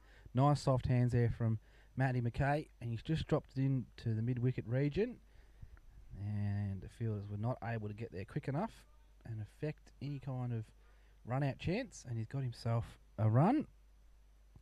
So Parker on strike, and that'll get him off the mark too. That'll be a fair bit of weight lifted off his shoulders, as it can be quite nerve-wracking when you're stuck on 0. And again, that defensive stroke straight away. He's bowling very well here. Great line and length. Very encouraged by him. It's interesting to see how Stoneyford do approach this. I mean, yes, they are employing the tactic of getting McKay on strike, but they still have a batsman up the other end in Parker that they do need to remove. So that's a beautiful little cover drive there to Matty Boyd at cover. So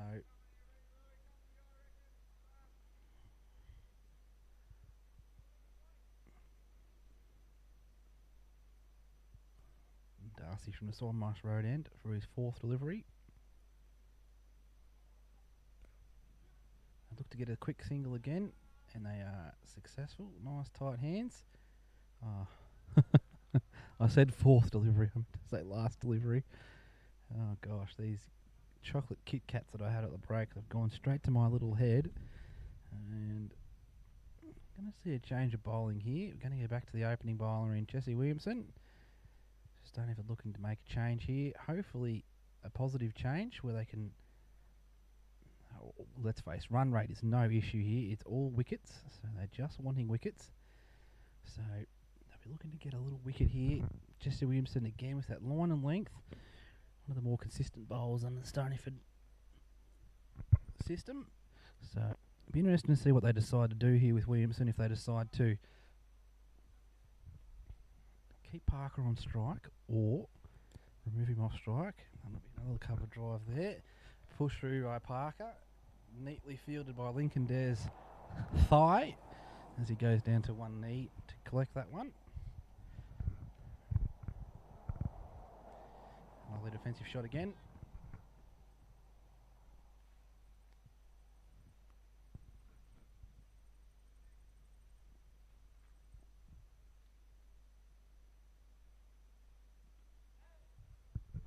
As Parker swings, controlled swing, but he missed it. It's gone straight through the keeper in Josh Boyd.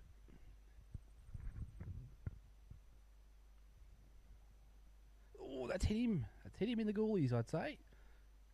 He hasn't rubbed it yet, so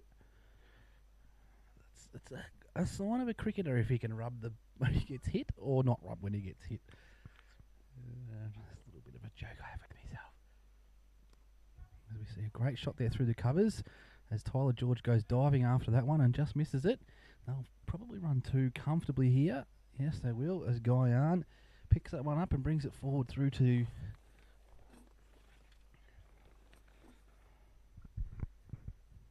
on striker's end. So Williamson over resumes. big swoosh-o. Throwed his hand straight through that one. Stoneyford will be encouraged by, because that is sometimes the way that Parker does get himself out, trying to play the big shot and getting caught. So they will have probably looked at his past history and thought to themselves, how are we going to get him out? And caught seems to be the way that it happens. And as I've said that, I've gone and looked at his statistics, and he hasn't been caught all year. So I will humbly type out those words I just said, and I'll print them out, and then I will eat them.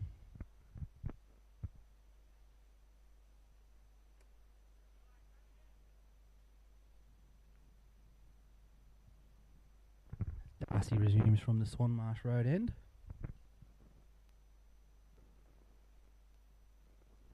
That is well left there by Maddie McKay.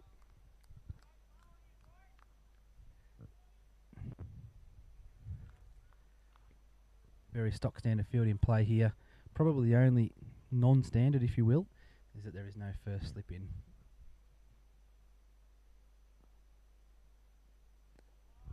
Lovely full straight delivery, attacking the stumps, and well kept out there. This has been a really good battle here by these McKay and Darcy. See who will be able to become the victor. Fully delivery. This could be a chance here. Needed to be a good throw there. And he's really picked the fielders. Jesse Williamson, probably our picker fielders out there. And uncharacteristically, not as clean as Jesse would have liked there. And it would have brought the square leg umpire into play, but not to be. And as we've seen pretty much the majority of the Parker / McKay innings, the field spreads to allow that single. That'll be adjudged a wide. Will just letting himself down there with a loose one.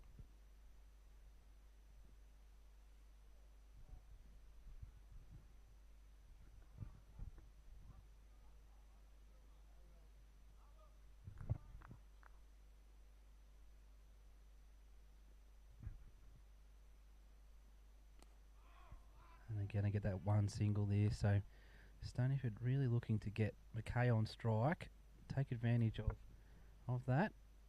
This battle has been very good.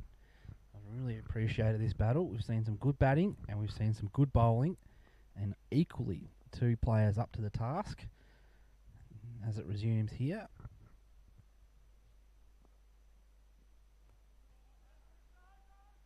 As he's sent back, probably quite wisely there by Parker. Very nice shot there, just forward a point, but hit it straight to the fielder. So he's been sent back by his veteran teammate in Parker.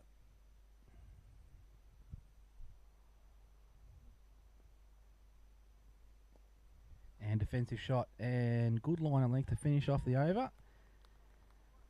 Will Darcy bowling very well here, and look, let's just hope he can get himself a wicket.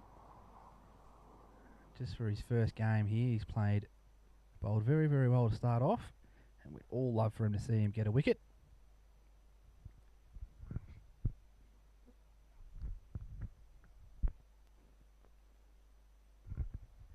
So during the week at home, because I'm absolutely useless with fielding positions, I was perusing through one of those apps on my phone, Temu, where you can purchase some pretty cheap stuff. I actually don't know how they make it so bloody cheap, if I'm honest with you. And for about $3, I think it was $7 delivered, I got myself a picture of all of the fielding positions. So hopefully we'll be able to end this atrocious error of where I cannot get the fielding positions correctly. I'm going to frame it, put it up just above my computer, I reckon, and I think subliminally over the course of the next few weeks I should be able to finally, after 25 years of cricket, actually find out what the names of the fielding positions are. As Williamson resumes from the power tower end, nice full straight at the wickets, as is what we see from Jess quite commonly. And again, defensive stroke here from Parker. Not wasting any balls, looking to capitalise on loose deliveries. Batting very well here. I've actually really enjoyed his batting. We see a rash shot, as I've said that, and Guy Arn's taken an absolute beauty of a catch. I hope the camera caught that one. Diving low and to his right-hand side. He's taken it at about halfway up his shins. Diving to his right-hand side, as I said, and he's taken a very, very nice catch. Thrown it in the air, happy with himself, and Williamson picks up his second wicket of the day. And has bowled, well, all the bowlers have bowled really well, let's face it. So this will be his 8th over, 20 runs and 2 wickets, and that'll be the end of Zach Parker. And I will go back, retype those words and regurgitate them because he's actually been given out caught. So I won't have to eat that printed out copy of those words. So I've got, there you go, a little bit of luck for the commentator. And here today, I won't have to eat the piece of paper.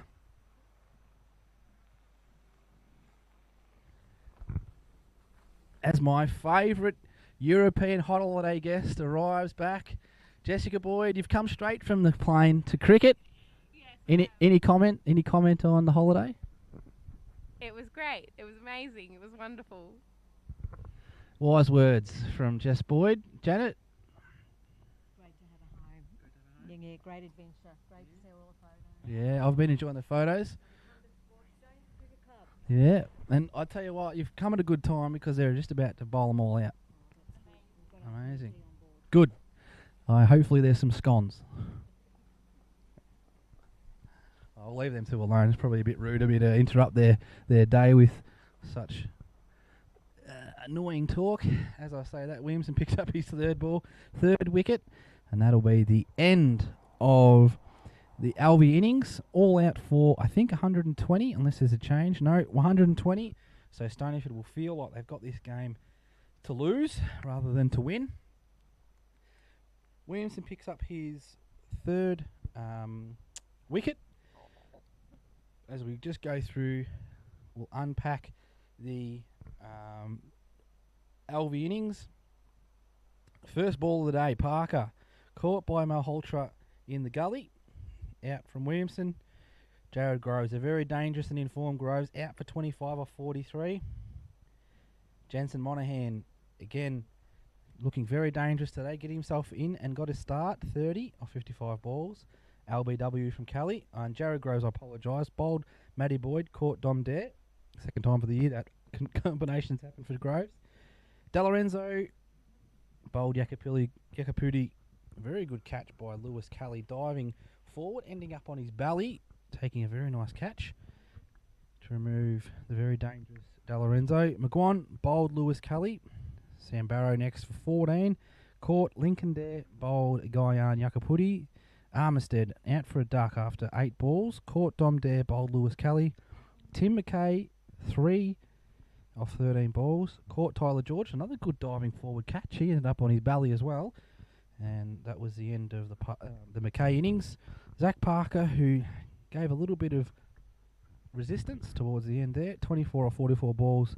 Matty McKay, who was out there for quite a while there with Parker, 2 runs for 22, not out. And finally, I didn't get a chance to really talk about Mitchell Rowland, but Mitch was out there today and he faced 2 balls, I think, and he was all over for a duck. And that'll be the end of the Alvie innings. My time to go and get some of those Janet Richardson scones, or Janet Boyd scones, and I'll join you in about 15 or 20 minutes' time. Take it easy, and we'll catch up with you soon.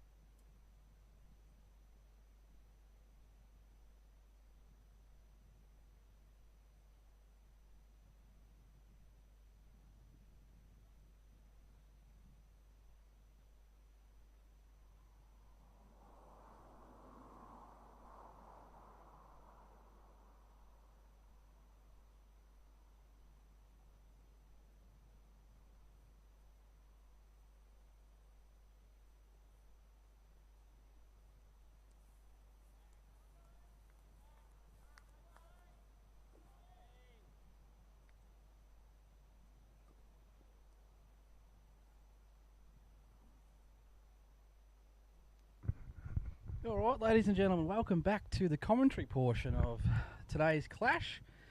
This will be the first innings of Stoneyford. Alvie posted 120, so below par. But in saying that, it's a funny game, cricket, so absolutely never know what's going to happen. We've got the two batsmen at the crease at the moment, Vishesh and Dominic. Vishesh will take the strike to begin today's proceedings. He's got the blue helmet on the striker's end, and the non-striker Dominic there with the green helmet. Probably, arguably, in the top 5 batsmen of the league at the moment, these two blokes. So it will be interesting to see what takes place. See the first ball paddled away there nicely. Looks like Zach Parker, fresh off his batting performance, is opening up the bowling here.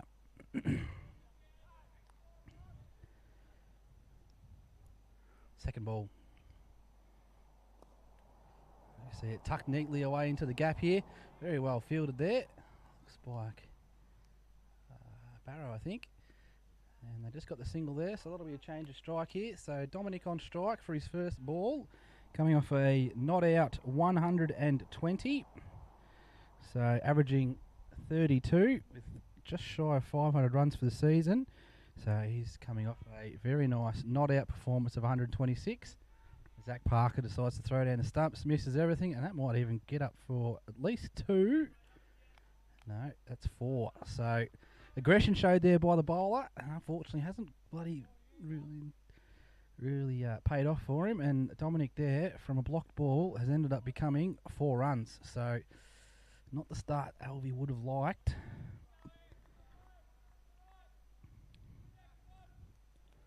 So 5 from the over so far. And it looks like the president, Mr. Boyd, Kevin Boyd, is joining me today. I'll just get you all set up, mate.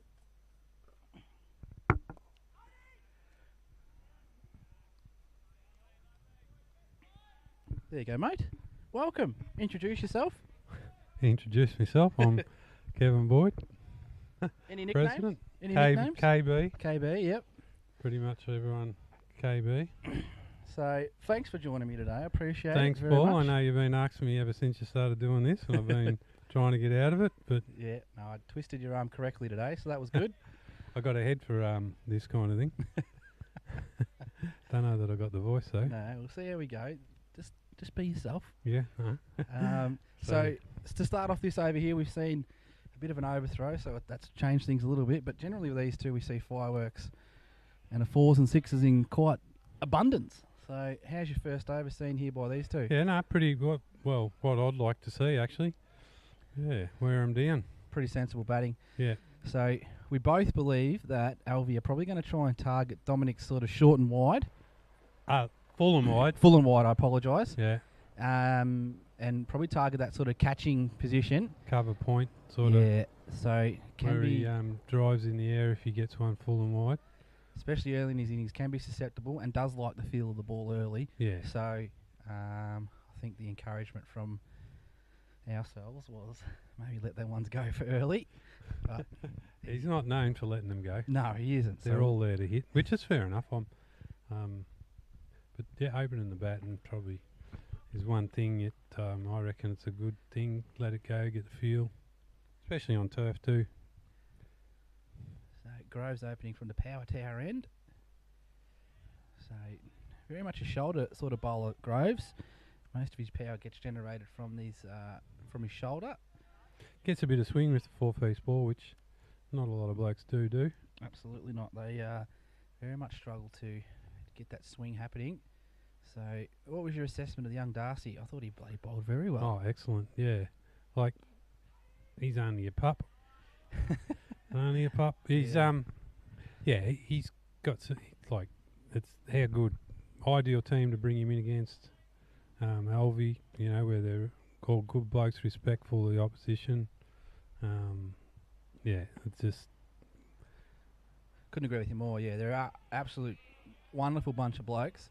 And the two west of Colac teams, they get along quite well. yeah, So they do. do have a lot of similarities here. I mean, Dom Dare coaches the Alvie Football Club, We've got a couple of Jesse Williamson's popping across there this Yeah, year. I that's hear. right. So a little bit of what would you call? If you're in the corporate world and you're a wanker, you'd say there's a bit of synergy there. As we see Dominic punch that one forward. Nice. Looks like Andre De Lorenzo there with a sort of a rare mistake from Andre. He's a very talented sportsman. Yes, but running a marathon tomorrow, I believe. Is he really? I believe so, yes. Goodness me. And he's actually looking probably in the best shape I've ever seen him. He's trimmed right down. He's still got that muscle that he's always had. But that makes complete sense as to why he's looking pretty good nick, because he's going to run, 43 Ks? Is that how far it is? 42 Ks. 42. Bloody hell. Yes. One of my regrets when I was a young bloke, I was young once, Oh, okay. but Yeah. it was not to have run a marathon when I was But you- capable of doing it. This year you did the 10K run, is that right? 5 5, sorry. Yeah. So, with I mean, how Jessica and Joshua. So, how many, look, how many, you think you're going all right for 60, but you get down there and geez, Yeah.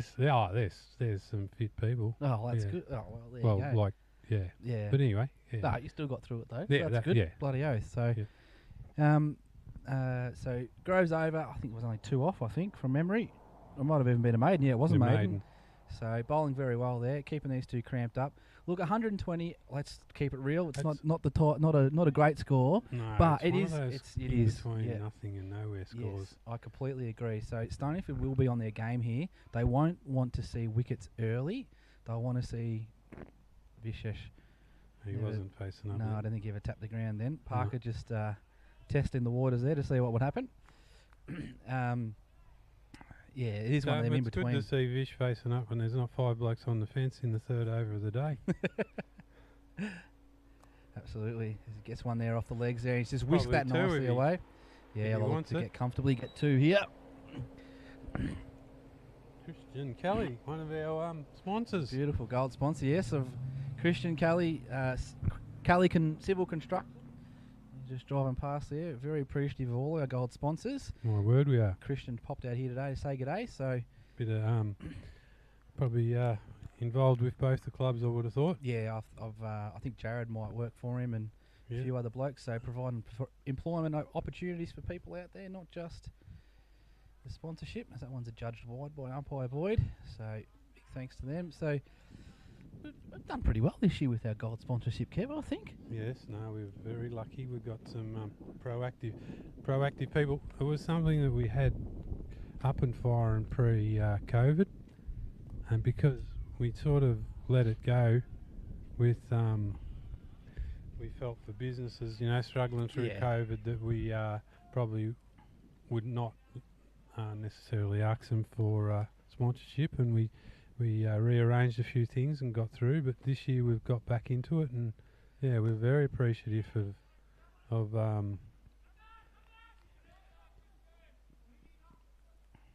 As the boys get 2 there. So yeah. And So I mentioned already in the commentary, win, lose or draw, me and you are probably going to be very winners tomorrow, because if we lose the first game, we'll end up at the Halls Gap pub, so we're good winners there. And if we win the game, we won the game. I think I think we've changed our plan on the Halls Gap pub apparently. Oh, okay. Right, Yeah, but, I wasn't across this meeting. Yes, so it might have been a yes, but anyway, we We'll end up there eventually. yeah. The winner is tomorrow. One of us, Alvie or Stoney, are going to come 5K in the pocket, which is fantastic. Yep. Pocket, which well and truly pays for a couple of weeks on. Yeah, couple of festive events for the boys. shot. Oh, lovely shot there from Dominic. And And Dom was actually mentioning to me during the week. He goes, the first over last week, those first the first 3 fours. He goes, it felt like Damien Martin. Then I watched him back on the frog box, and it was very much Dominic Dare. yeah.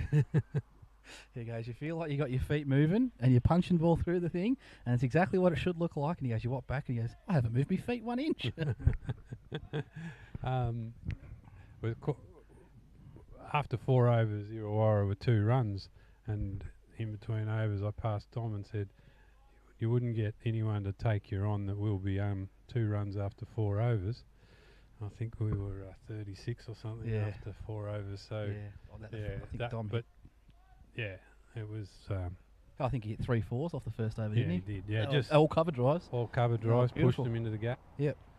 So that's cricket though, because sometimes you'll push them into the gap, and they'll go straight to a fielder. Yeah, that's right. You know, you can play that shot 100 times, and 90 of them will go to the fielder. So, you know, Yeah. a little bit of luck every now and again as Groves resumes from the power tower end, as I've become to call it. Oh, Flies are quite friendly over here, Kevin. I don't know if you're familiar with that. well, they want to prove themselves because they're trying to take a bit of sample of my blood. Okay. Nothing guilty, I hope, in there. So Vishesh plays a nice defensive shot there. He tends to want to explore different options at the crease. The side, the parallel bat, traditional style stuff, and then he'll, I don't know, just face on a right angle to the bowler there for a different.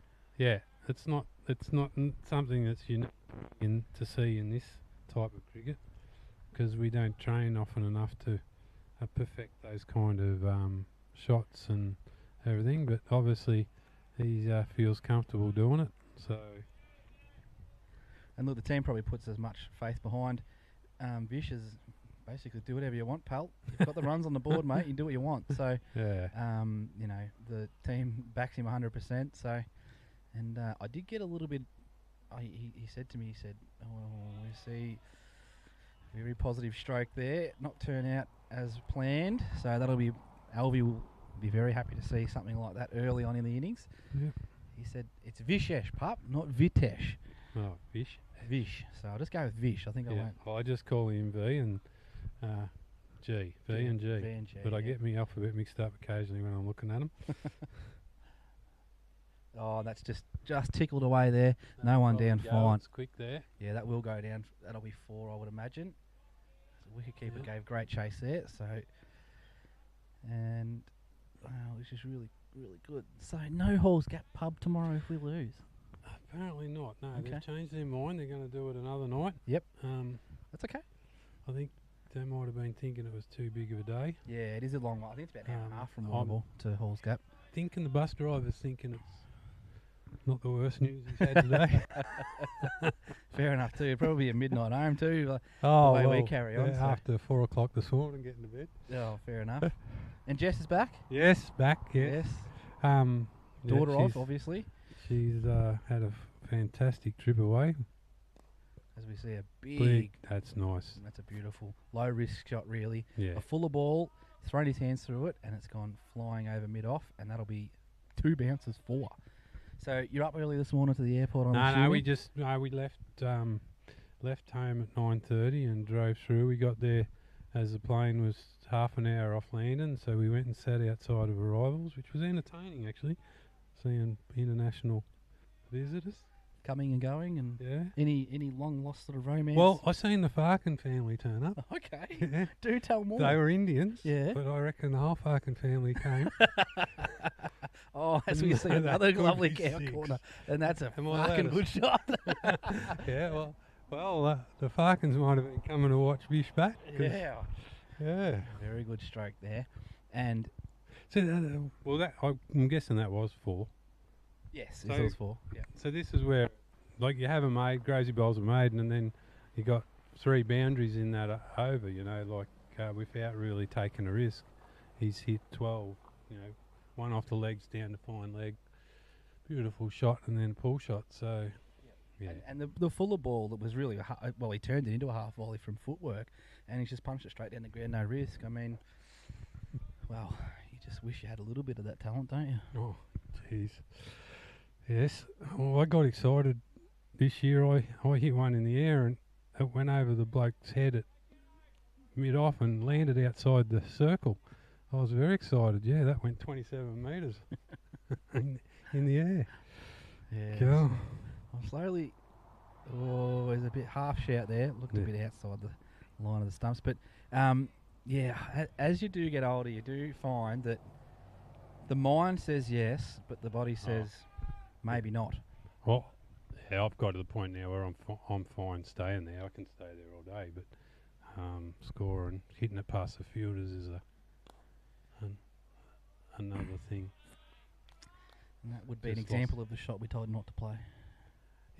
Oh, no, that one wasn't as wide. He they can be, but yeah, When you're coming off 130 odd, you probably, or 120 odd, sorry, you can probably sort of get away with a little bit.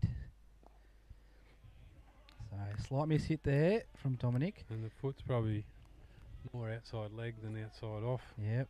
but he might have been hitting it on the leg side as well, trying to drag it across. So They haven't really got that deep backward point, cover point.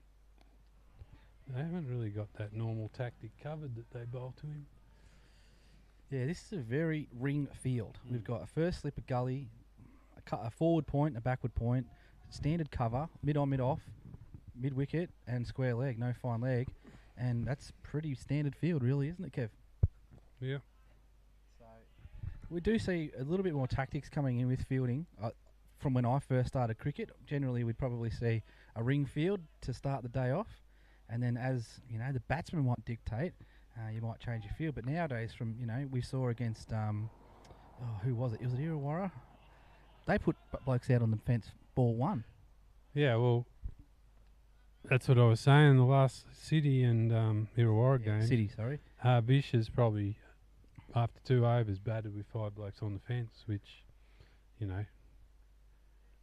made him think about the way he was wanting to approach it. Yeah. Definitely gives... Back in the day, would have been told, well, just keep hitting it out to him and run your ones and twos hard. And you'll get the odd one between them and he'll go for 4. But, yeah, we'd have thought it was a compliment. Yeah, definitely. I mean, like, even something that I have never done in my cricket career is pick grass up and see which way the wind's going. This bloke obviously thinks a lot about cricket when he's batting. Well, last week there was a howling gale and he hit one off his toes and he said, I hit that well enough to go for 6. And I said, into the wind. And he didn't really understand what I meant. I said, hit it that way. Hit your big shot towards the sheds. And he hit one over the sheds. And I mean, Joe Dare over the sheds. Yeah, right. Not, onto the roof, over into the paddock behind the sheds. So, I mean, it's a great compliment to a batsman when you go, geez, it didn't really look like you hit that. no, It's just timing, isn't it? yeah, it is. That's a shot. That's at Gravesy's pace. You probably can't be there, and he'll know that. Obviously, not trying to bowl that, but although occasionally blokes hit him straight up in the air and everyone pats him on the back and says, well bowled. Yep. To top order batsmen, short balls should be dealt with like that, I would have thought. Especially when you're not targeting. You've given them time to free their hands up away from the body. It's just, it's a hit me ball, really, isn't it? Yeah. Unless you're doing a lot with it. On turf might be a bit different if it's a bit up and down, Yeah, you might be targeting the length, but you hit the nail on the head there, Kevin. Couldn't agree with you more. As we see that point shot. Yeah, that's Straight to not the so. fielder. That's not the one that'll get him into trouble. That's more drive and.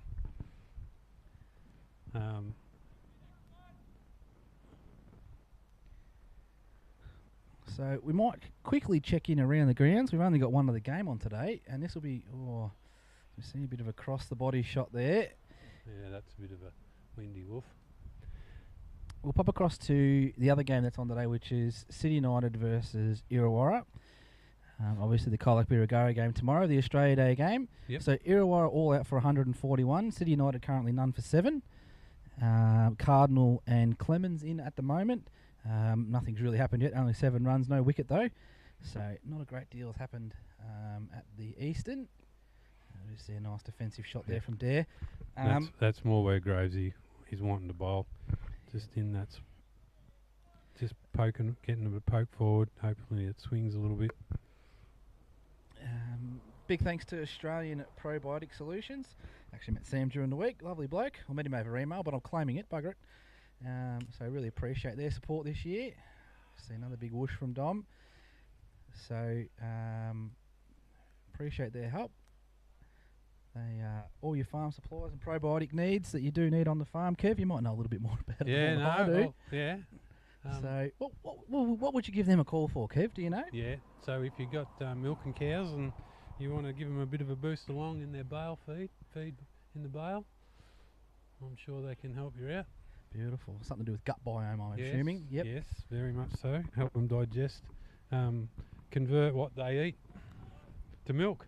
Ah, That's the name of the game, isn't it? You get paid by the amount of milk you sell, yeah, and produce. and the quality of it, of course.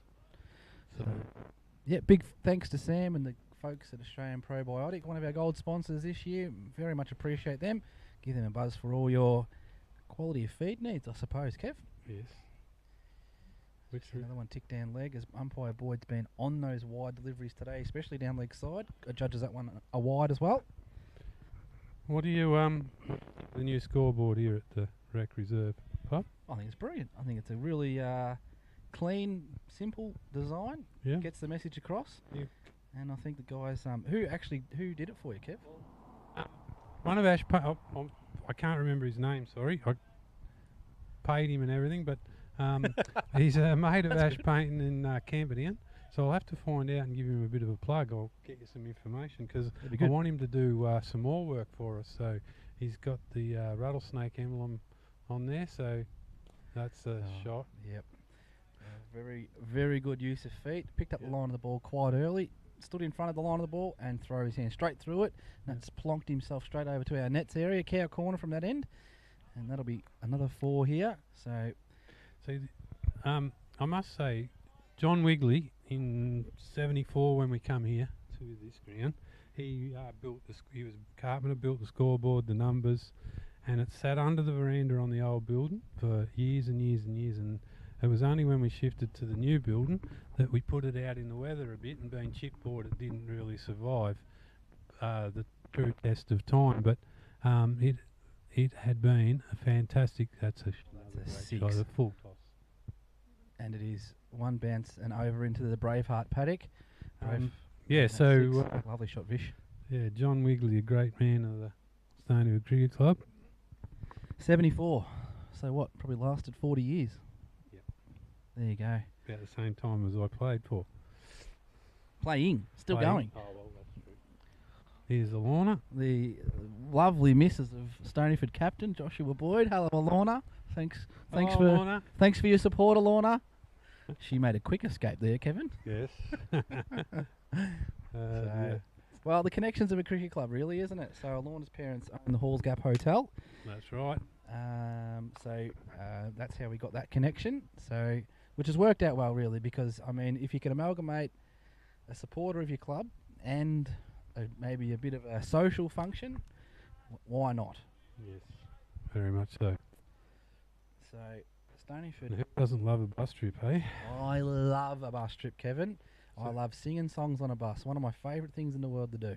And I kept saying we need to win, well, runner-up this year, but the local 2020, because I want another bus trip to Warrnambool, which has proven the case. We were lucky to be runners-up on the year that's Colac and District with the association that they invited 2 teams from. Of course, Warrnambool have the 2 teams every year, but which makes sense to the bigger Yeah. league and the host the competition. well, that's right. But and then it rotates around the other leagues to have the 2, and we weren't good enough against Alvie to win it. Oh. Now that's what I don't understand. But when you can play normal cricket shots, why you would take a huge risk like that? And it's probably going to go for 4. And it just makes me very happy when I see people do that. So, I mean, I don't get it either, Kev, I'll be honest. I've turned into my father. Now, that's okay. I think we all do it eventually, don't we? I mean, I bloody sometimes get called Mick. Bloody hell. So, Stoneyford Raceway to none for 45 here. So, I mean, these 2 here probably are more than capable of getting the runs and probably be both pissed off they're not going to get a century. Yeah, I mean, these 2 are just outstanding examples of batsmen, and as we approach the pointy end of the season, Parker's pulled out of that one. Quite clever from Zach, actually. He's Yeah. seen Vish walk down the wicket before he bowled it, so Buggy, then I'm not going to do he's it. not going to bowl it. Yeah, fair enough, absolutely. I'll tell you what today, Kevin, we've got a fair bit of support today. There is, yeah. Well, the Alvie people have always been good supporters. I think that's Berkey, isn't it? Oh, he's bowled him leg stump. And that's why I don't. And that'll be the end of the Vishesh innings. Bloody hell, I tell you what, that was absolutely well bowled and probably preempted it because the previous ball he's pulled out. Yep. He's probably Yep. thought to himself, if this bugger moves off off any kind of a line, I'm going straight for leg stump. That's exactly what he's done, and he's knocked it straight over. Yeah. So good bowling. Vishesh obviously trying to take advantage of line and length, misjudged it, and his leg stump has been removed. And that'll be the end of Vishesh for 31 of 16 balls, believe it or not, Kevin. Yes. So Yes. That'll be handy tomorrow in 2020. yes, I'll take one of those, please.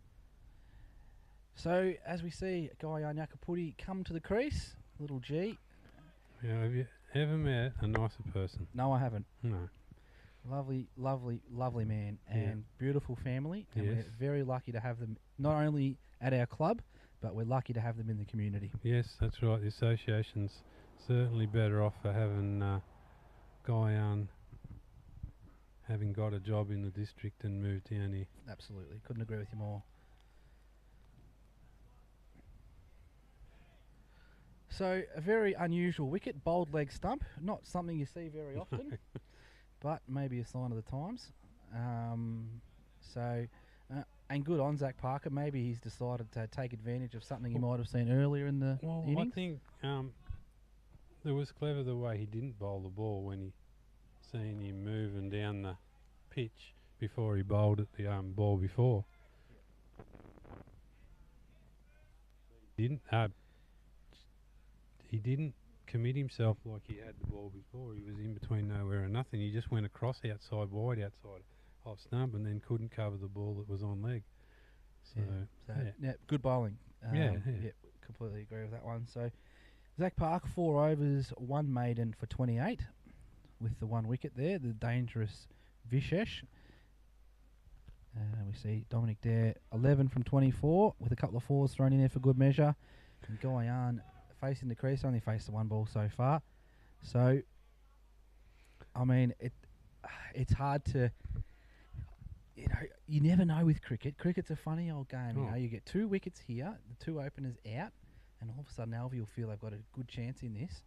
So you see a little bit of a full ball there, and Dominic just tickles away to mid-off, and mid-on, sorry, and easy single. So that'll give Guyan and at strike here against someone he hasn't faced yet in Groves.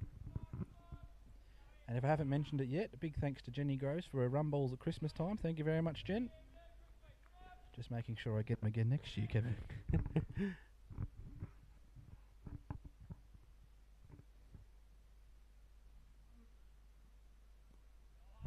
Lovely defensive stroke there. Back to the bowler.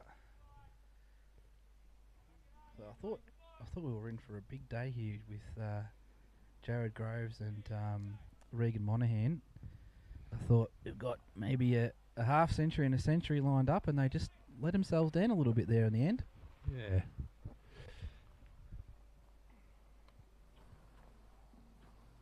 It's a cruel game. 1 false shot and you're out, And then another day you can crack one straight to a fielder and he drops you, and it's just that little bit of luck you need in cricket. Away you go. I can't remember a century that hasn't had a chance. Oh, yeah.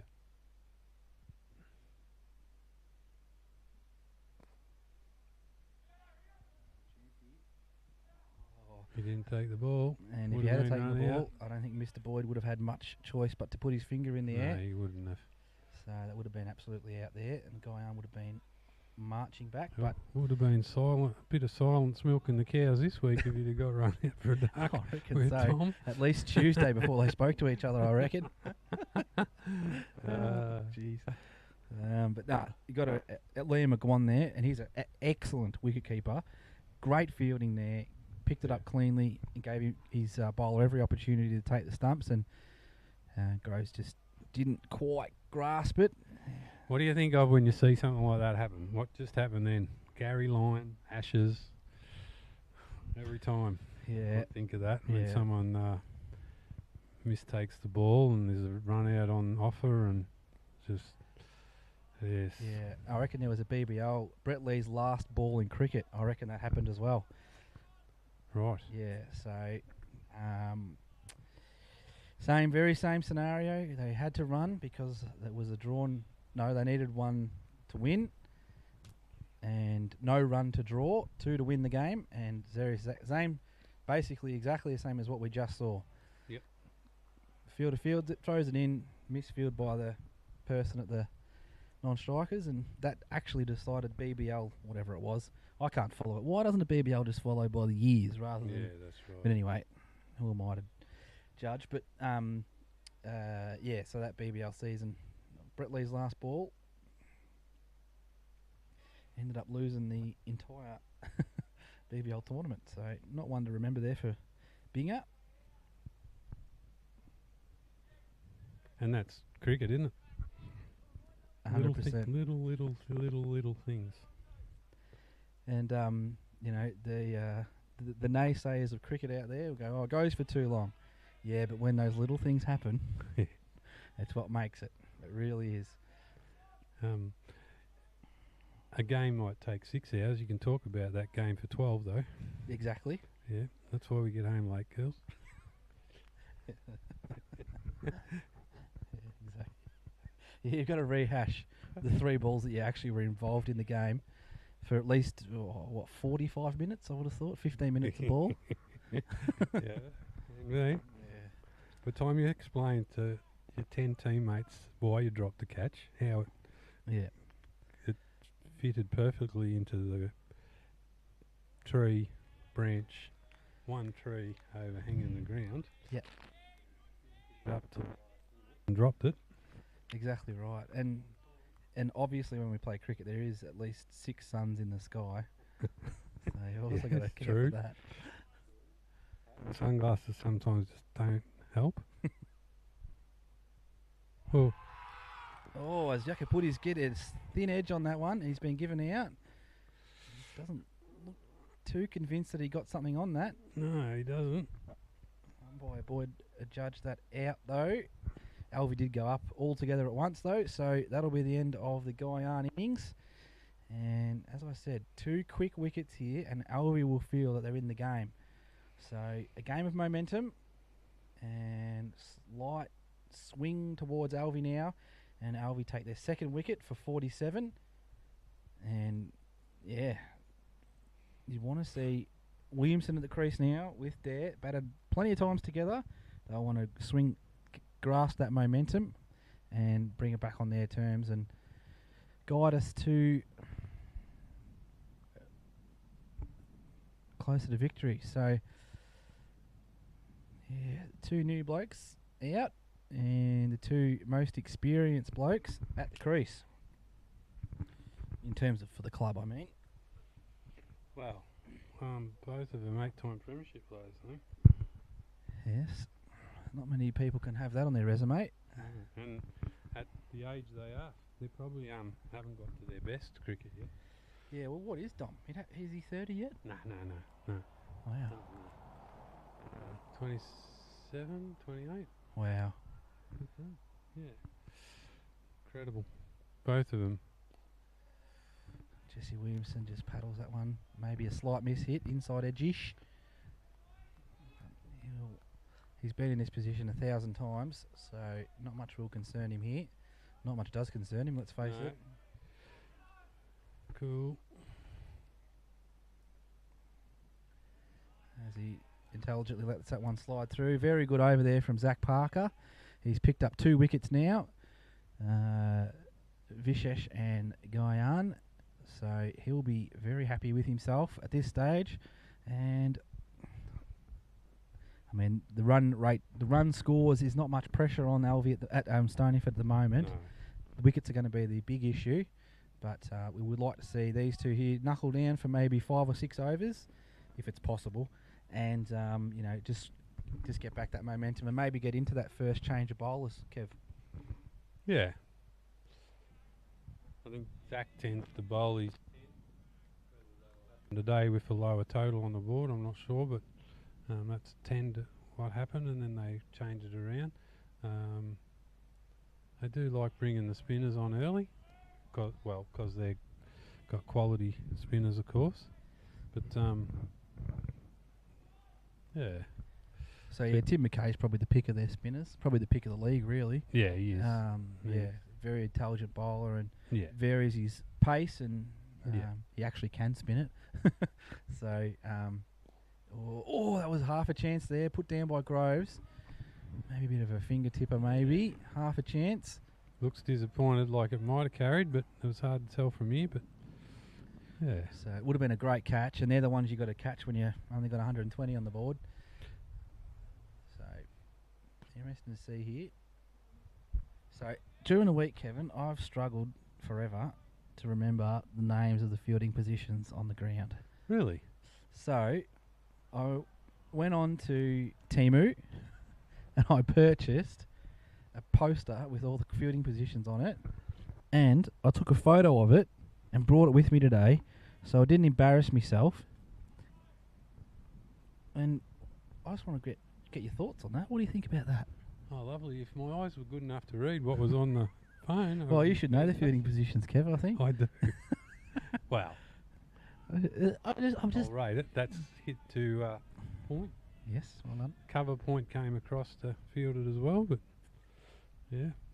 Just never been able to get him in my head. So I've put that poster above me desk at home. So hopefully subliminally I'll be able to remember. I finally remember coaching under 14s and saying to some child that hadn't played a lot of cricket, just field over there at mid-off. Go to mid-off, mate. Go just, and they're looking at you with a blank look and thinking, oh, sorry. Yeah. You can have some fun coaching the kids. I remember I was coaching some basketball, and it was a very close game. I think we might have been maybe up by 2 or something, like a 1 even. And I said to them, I said, rightio fellas, what we're going to do is, right, you're going to take the pass in Garns, and you're going to pass it to Lockie Simpkin. And I said, rightio Lockie, you're going to take the ball, and I want you to sit on the ball and just don't pass it to anyone else. Just sit on the ball and don't, we're just going to run the clock out. That's what we're going to do. There's only about 7 seconds left. So what did he do? Sat on the ball. He sat on the ball. So after the game, goal. Mary Ann and Ian came up to me and go, what was that all about? And I said, well, your son's coachable. Yeah, he did exactly what the coach wanted him to do. He sit on the ball. So, yeah, obviously it was a... Quite funny. As we see a shorter ball. Oh, and that's an absolutely brilliant catch in the gully. Yeah. Absolutely. He has 2 bites of the cherry there, and Zach Parker picks up his 3rd, and that'll be the end of Williamson with, I don't think, any trouble to the scorers at all. So, look, momentum is a funny thing in cricket. Yeah. So, none for 47, and now we're 3 for 47. Now we need a partnership. Now, this is where we need a partnership. So, we've got young, it looks like Tyler George, is it, Kev? Yeah, Tyler. He's in great form prior to Christmas, and he had a few weeks off there through injury and hasn't come back with a big score, but he's still looking good in the nets. And yeah, well, today's his day here, and he can, rotate the strike here with Dom and just build a little partnership here, and only really need 50-run partnership, which is very, very achievable. But my goodness, Zach Parker picking up his 3rd wicket here. He's looked very, very dangerous. So good catch at the gully there. Well, he got it in the fingertips and knocked it up and caught it on the rebound. So yes, Tim McKay's going to gully right now, but I don't think that was McKay, was it? Yeah, it was. Bloody great catch. yeah, Very, very good sure it was catch. Tim.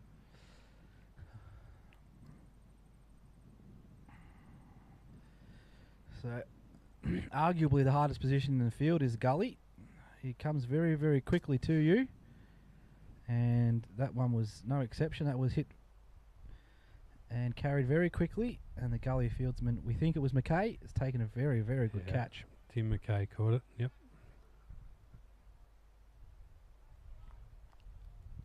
So, left-hand, right-hand combination. I hate that when I'm fielding. Tile lets that one 2 go slips through. in a gully. Blokes on the single are in a lot closer. It always feels like there's a lot more pressure when you got a field like that. Just got to work through it for a couple of overs. Yes, Alvie are definitely a lot more buoyant than they were 10 delivery. Confidence and momentum. So hopefully we've got a little bit of a game on here. If Stoneyford can protect their wickets.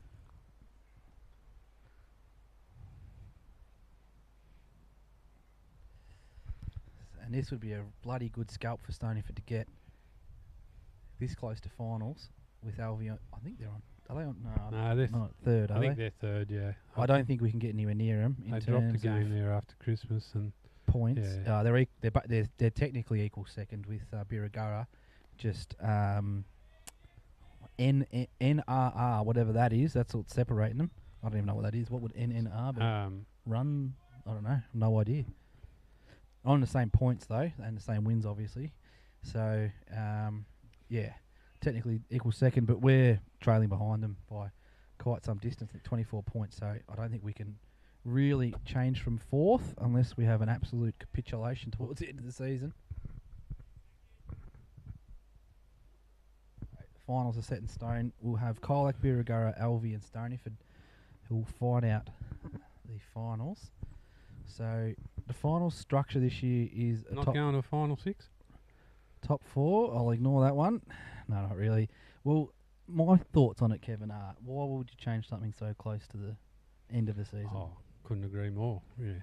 There was 10 teams at the start of the year. It's not like two divisions amalgamated and they decided to. But anyway. Yeah, change it for the sake of it, I think. But anyway, so the final structure will be first place fourth, second place third, the winner out of the first versus second. No, sorry, I said that wrong there. First versus second. Yep. Winner, winner goes to straight grand in. final. Yep. Loser goes to a prelim.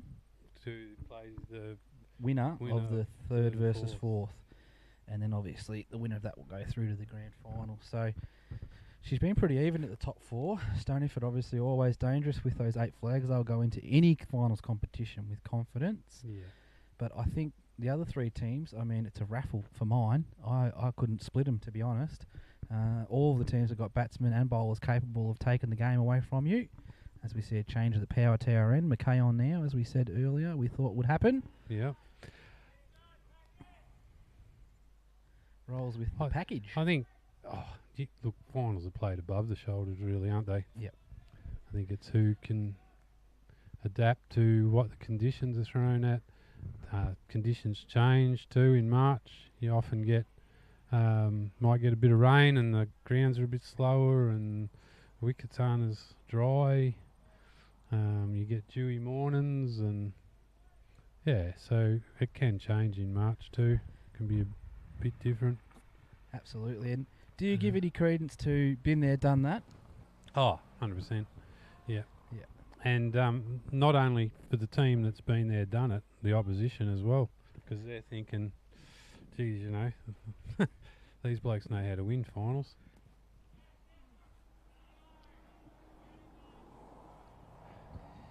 Tom Dare's one of the best players I've seen at using his feet to spinners. And I'll probably put the moz on him now saying that. Yeah, but commentator's curse. yeah, but yeah, he if you pitch it up to him, he'll use his feet well. That's risky, but probably would have made it in the end. Must have thought there was a loose ball in the goal square there to kick off the ground for another goal. Add to his 100 collection. Yeah, moved pretty quick. That's the advantage of coming down the wicket. You've got a bit of momentum as you hit it to call yes and run. Especially when you're hitting forward too. So now, Kevin, you told me one of the most intelligent things I've ever heard in a cricket field. Yes. And that was, if you're batting and you're hitting it to behind where your non-striker is, the tendency of the non-striker is to turn around and watch where the ball goes, isn't it? Yes. And about 2 weeks later, guess what happened to me? Run a bloke out because I said yes, and he's And watching the ball. He turned around to, yeah. Yeah. And yeah, not only watch the ball, but the tendency is to go back to your crease because the ball's coming towards you, even though it might be too mid on, mid off. But yeah, it's something that's probably got to be taught to the batsman at the non-striker's end, is to watch the other batsman. Yeah, it is, and it probably one of those small things in cricket that will only cost you maybe 2 or 3 times in your whole career. Yeah. But you know, unless you're told, you're probably not going to realise. So we've seen absolute explosion of runs for the first session of overs, and Stoneyford's run rate has grinded to an absolute halt here. So Yeah. 3 for 48, and Alvie 100% got the momentum, but have they got enough runs on the board to make a game of this? Well, time will tell. Tom looks like he got an inside edge to that one. Yep. And, I mean, only leg slip's really going to catch that, and that's raced away to the boundary for And 4. I've seen Barrow catch them too. I've seen him take a couple of catches going down leg. Yeah. When you got Liam McGuan in the field and not keeping, then you must be an Yeah, no, he's a good exceptional keeper. Sam Parker's a good keeper too. They got probably 3 of them. Yeah, right. Well, pretty like us, I suppose. We've got Vish, who's got a bit of a sore back at the moment, and Josh and, well, Dom's as good as keeper as we've had too, so... Well, he's taken the ball this year, Dominic. Yeah, So he no. bloody should have over the years. I mean, Yeah. he's bloody dangerous in the nets. I remember facing up to him and thinking, is that Levi or Dominic? As he's hit a lovely cover drive there, straight to the fielder. No run. Yeah, he mainly bowls for run-outs nowadays, bowling his spinners.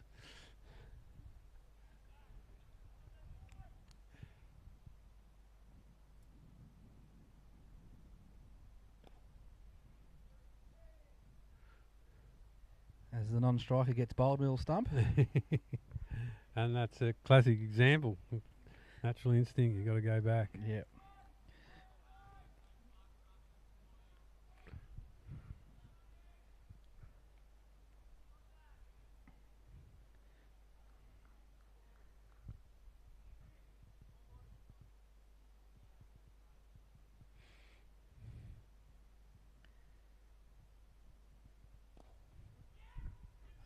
Very good. Very good running there from the 2 boys. Yeah. Very, very safe running there. Picked. If you're going to pick a fielder not to run on, it's Andre De Lorenzo, and they've just probably 4 or 5 metres to the left of him, and they've hit early calls, and it's a very safe single, really.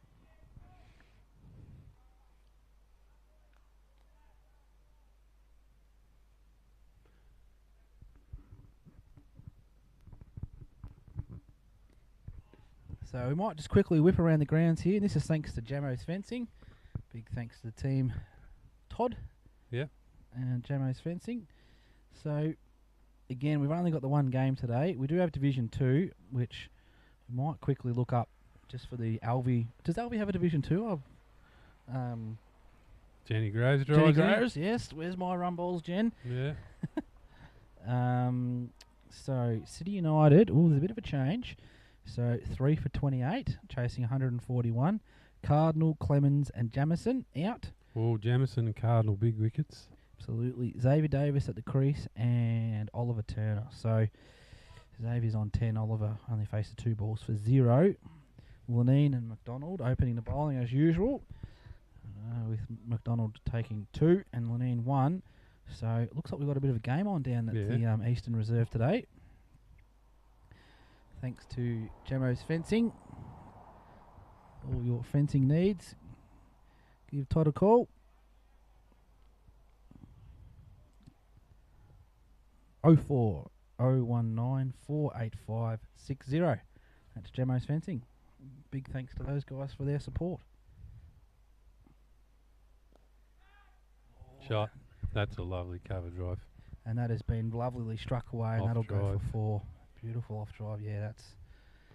Didn't try to overhit it. And it's Really nice. underrated part of cricket is to generate the speed to get it to the boundary when you do have a spinner on. Dominic there's just shown the exact textbook on how to do that. Beautiful shot there, and the curator has helped him very quickly. Well, there. the seasonal conditions has probably helped him because we've only water in and around the pitch because of the lack of water. Yes. It's the old well has it's not good. Yeah, not much water in there at the moment, unfortunately. But say la vie. Shot. Another great shot there, and that's an extremely low risk, high reward, straight down the ground, and that'll be another 4 there. So Dominic there quickly runs away to 26 off 45 with the 5-4s. And, yeah, I mean, he's an exceptional batsman, Dominic. And still my favourite innings I've ever seen was his 200 at Birregurra. And I don't think we'll see anything like that again. One of my favourite days of cricket that day.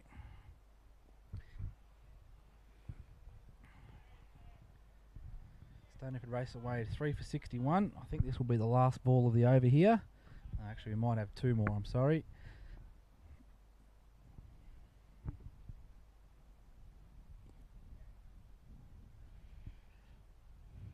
No, it was the last ball of the over. Should have stuck with my instincts. Yeah. So that'll be 2 overs for 9 from McKay. Jarrod Groves 5 overs, 2 maidens, none for 19. And Zach Parker, the pick of the bowl, is 7 overs, 3 maidens, 3 for 33. Typical Zach Parker day at the office. Yes. You just know when he turns up what you're going to get. I reckon he would have played a fair bit of cricket against his father, Kevin. Yeah, yeah. Jeff? Played with Jeff as a junior. Yep. Jeff and Stoneyford. Stephen and David, all fantastic cricket. Overall, Stoneyford did a junior team back in the early days. And the place, cousin Tommy Moore and John and I, and we helped make up the numbers, and quite often sat there as spectators watching the Parker boys. So Jeff was probably recognised as a batsman. Yeah, and wicketkeeper. Okay. As a young bloke, yeah. Yeah. Early in my career, I remember watching him as Tyler George just neatly tucks that away behind point. That's a strength of his, and that's going to go too. And it does. No, he got it. No, very good fielding there by. No. He's retired to the fact that it might have been 4 actually. So, honesty, I would have thought Yeah. that wasn't 4. So, thank Yeah. you. It's good that Liam had gone out there, I think. So that brings Stoneyford's Might total. have the left over when he touched it, I think. Oh, okay. Yep. So when he slid. 66. Pick up sticks. Yeah, no, Jeff was as good a cricketer as there's been in Colac. And Yeah, intimidating batsman, really. Yeah, I was. Yeah. I remember the first game I played, and Johnny Boyd said to him, "Don't say anything to him." Jeff cost us a fortune in we used to play Egan's Laundry before 2020 was the thing. We used to play a Sunday because we played 70 over games on the Saturday. We'd play a 35 over game on the Sunday. It was back in the day, the Egan's Laundry knockout. Okay. And Jeff, Tommy Moore come wandering in, trying to get rid of a few cobwebs from the Saturday night, and bowled one. And Jeff, we were playing up at the high school, believe it or not, plonked it back into Bilson Street backyard, only for us to climb up on the fence, and the Rockwheel, the dog, had decided he liked the ball. Yeah. And no one was getting over the fence to argue with him. Yeah. So we yelled out to Mick Melville, "Did you have another ball?" He wasn't happy. 2 new balls in. Very good. So Jeff's hit it for 6. Yes. The Rotwheel has claimed it. Yep. And no one's gone near No. it. No one was going over that fence.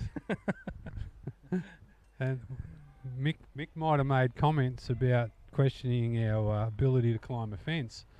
But when we pointed out to him it was what was on the other side of the fence that wasn't making us happy. Fair enough. This bloke.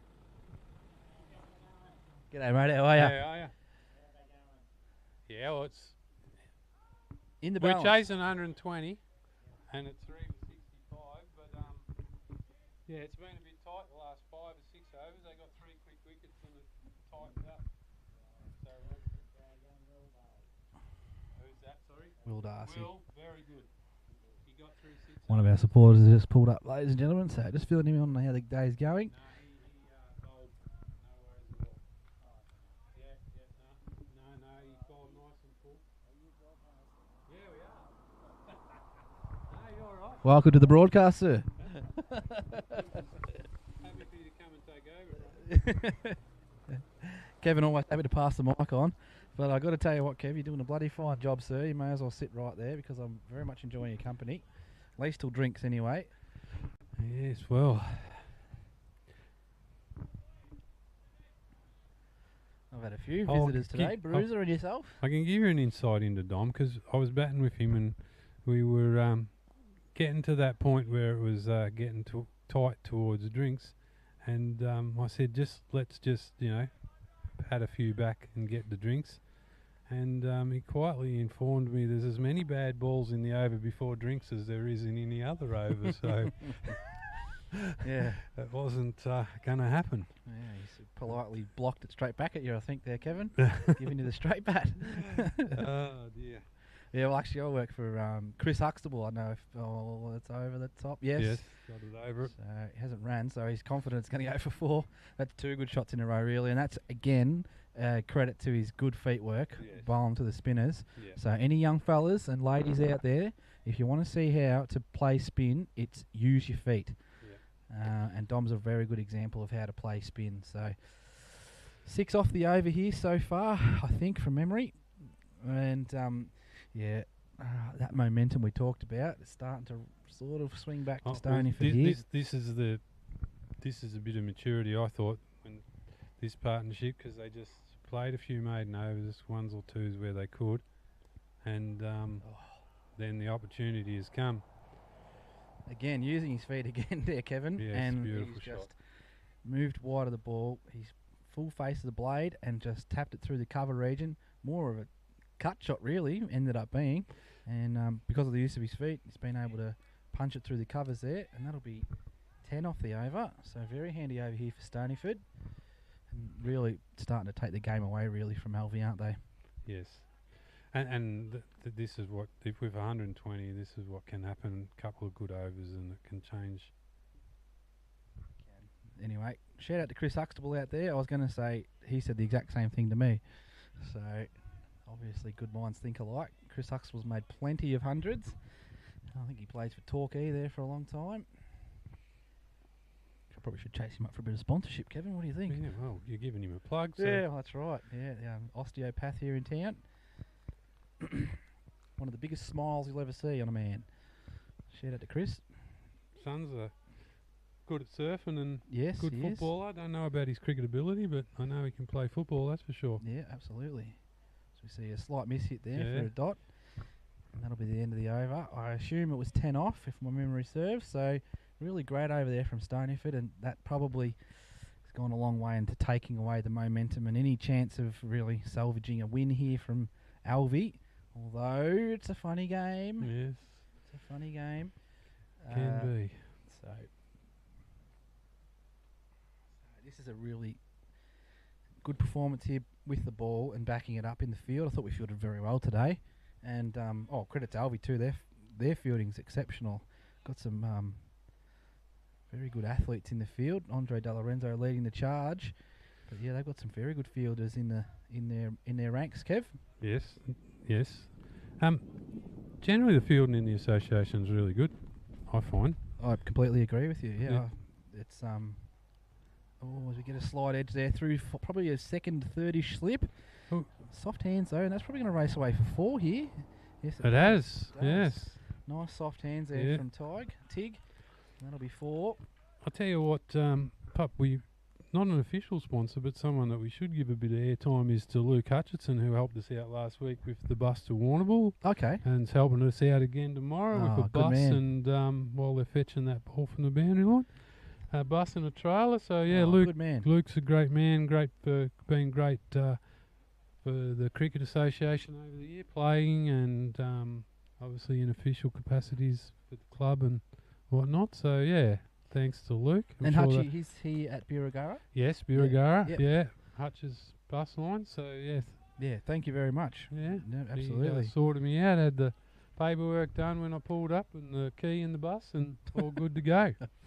Made Hey. it easy for me, Oh, that's very good. and I'm sure the same thing will happen tomorrow when I get there. Absolutely. It's Nice another shot. nice shot there from Tig. Doesn't pierce the field, but another nice shot. Parker trying a different tactic here, coming over the wicket. Around the wicket. Yeah, I always get that wrong. Yeah, That's around another, I the need to post that So- on my wall too. So yeah, I often question this tactic to left-handers. It's become very popular, but to me, it's I guess they have got the offside field to attack. You got to bowl outside off stump to get a left-hander out, because anything on the stumps is going to go is a free hit to a left hand. Anything that's on or out going down, going to continue down leg. So yeah. Anyway, it's become very popular. Yeah. Bowl It feels like around they're the just wicket. trying to attack the stumps rather than bring the field into the game. Right-hander over, around, whatever the bloody hell it is. I always get it wrong. To the stumps. I agree with you, Kevin. And you can probably see that Parker's probably done more full balls this over than previous. Yeah.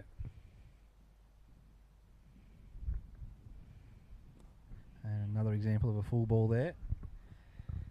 Well played, Was well played. Tyler. Very, very comfortable.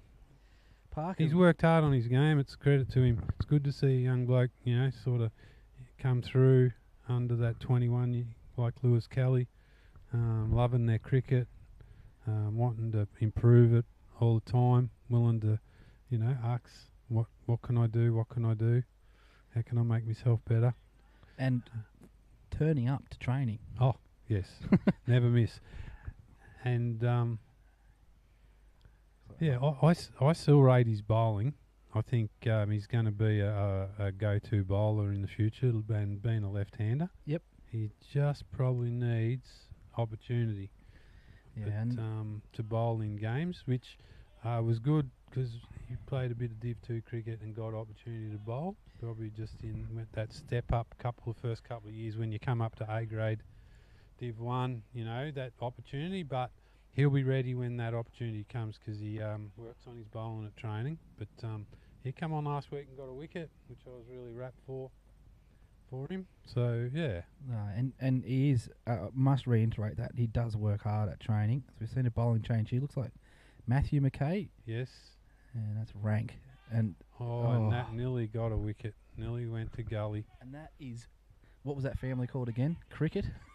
Far family? Yeah. Cricket, You've seen, I remember we were playing a game at Punt Road Oval, and I got my first ball, and I thought to myself, how good's this? I'm on Punt Road Cricket Ground, or Punt Road Footy Oval. I'm going to have a bowl, and I bowled this ball that was very similar to that, and it was caught in the gully. And the umpire looked at me and said, I've seen 50 good balls go through and not get caught, and that shit gets wickets. Yes. And I said, you're welcome. And that's often the case. Not saying that all leg spinners get wickets through bad balls, but often leg spinners can bowl a lot of good balls and bowl a half tracker and it gets hit to the fielder. You know what I mean? Like yep. It ends up. Andre's going to get this. Oh, that's amazing fielding. Well done. He's come from 40 metres away. Might be Sam Parker, is it? Maybe. No, that's Andre. I'm It is pretty sure. Andre. He's come from, that's Yeah. probably 50 metres, 60 metres, full sprint, dive, and he's cut off the run there, and he's saved 2 runs. Yeah. And geez, you'd You'd expect nothing less from Andre. very true. Very good fielding. That This could be a one's- chance. No, Oh, it's going to no. drop short. Drop One short. hand, one bounce. Well, they're going back for a second. This could be a chance here. And No, well Tyler ran. George very well ran between the wickets. He's a bit No. streamlined now, Tyler, after Christmas. Yeah, well, maybe, yeah. Maybe he's dropped a stone.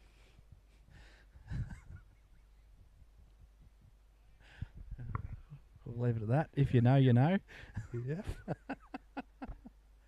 Must be funny, even I'm laughing. Very good cricket. Yeah, and back to the cricket.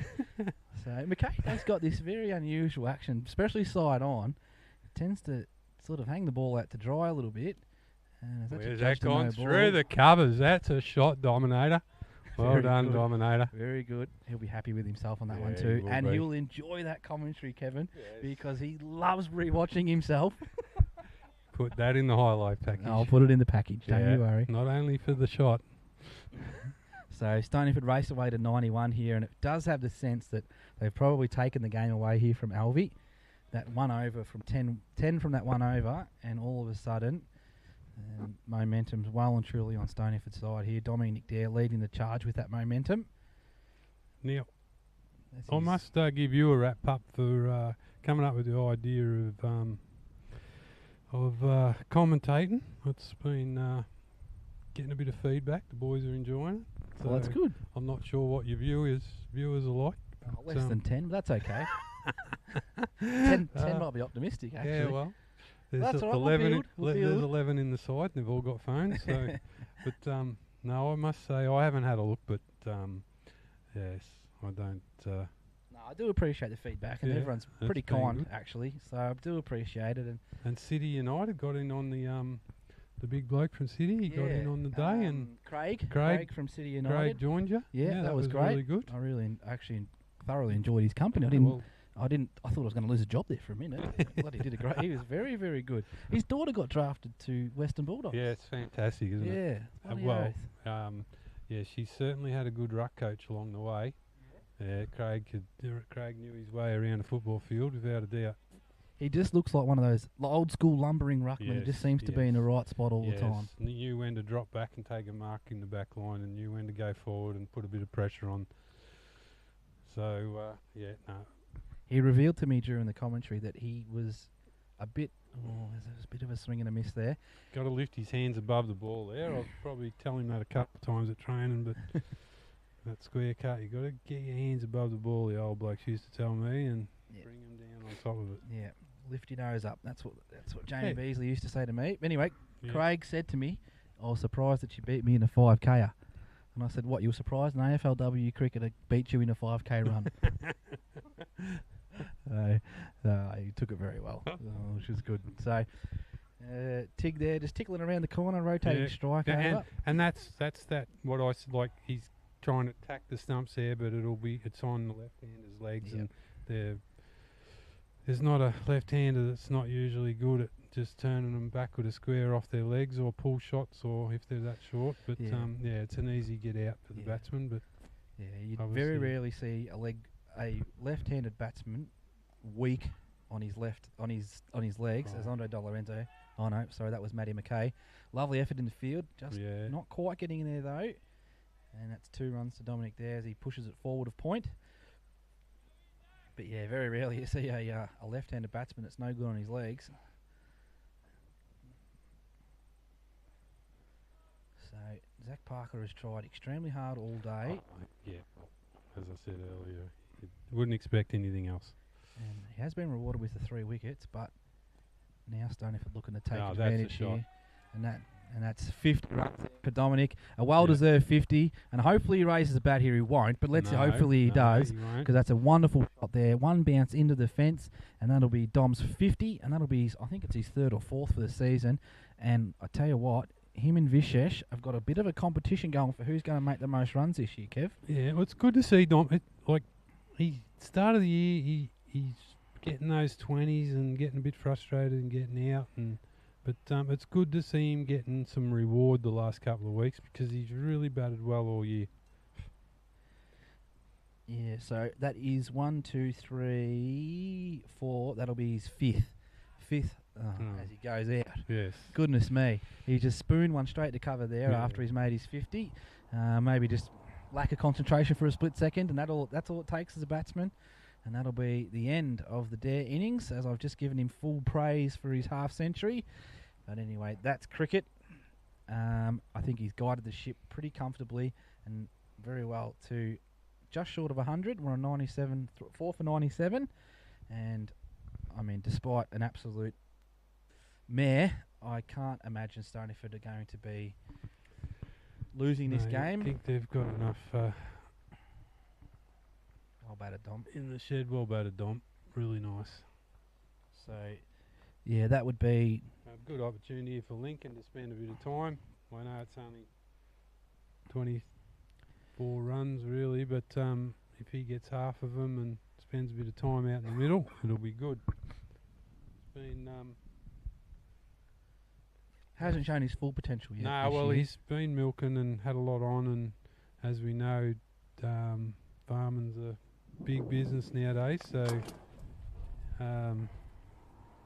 had a lot going on, so he hasn't been able to probably be here as often as he would like, but He if he does the can- hard yards at home, and he does get here when he can, and the support of his his missus, it's gone, no, it's gone, it's gone, it's gone. Nah, it's not coming to me, I apologise. So, takes the support of someone at home to be able to say, yep, no worries, you can go and play cricket. So very much appreciate that support from home. So Lincoln, obviously the elder brother of Dominic, coming to the crease now. He's also a left-handed batsman, so we'll have a bit of Al on Lal love here for a bit, which is not a common thing you see in cricket. So these two, I would assume they'd probably both want to get to the Not outs. not outs, and both definitely very capable of that. As we see a defensive shot here, so Matty McKay's definitely got some skill with the leg spin ball, and not your typical leg spin technique, but No. it's proven effective when they do land. He's So look to get 2 here, just Yeah. a slight misfield. well done. 2 to Tig. It's a tough game as a leg. It is a tough game as Yeah. a bowler, but as a leg spinner in Yeah. particular, Yeah. it can be a cruel game as a leg spinner, and it just takes a long time and a lot of 4s and 6s to develop the confidence to stick at it. Yeah. So anyone that's an adult leg spinner, they've been absolutely punished every corner of the ground. Yeah. And hats off to the leg spinners out there. It's not an easy craft to get good at, and not an easy craft to, you're not going to see very many maidens from a leg spinner, I'll put it that way. It's tough coming up through the grades, bowling leg spin. Yeah, it is tough.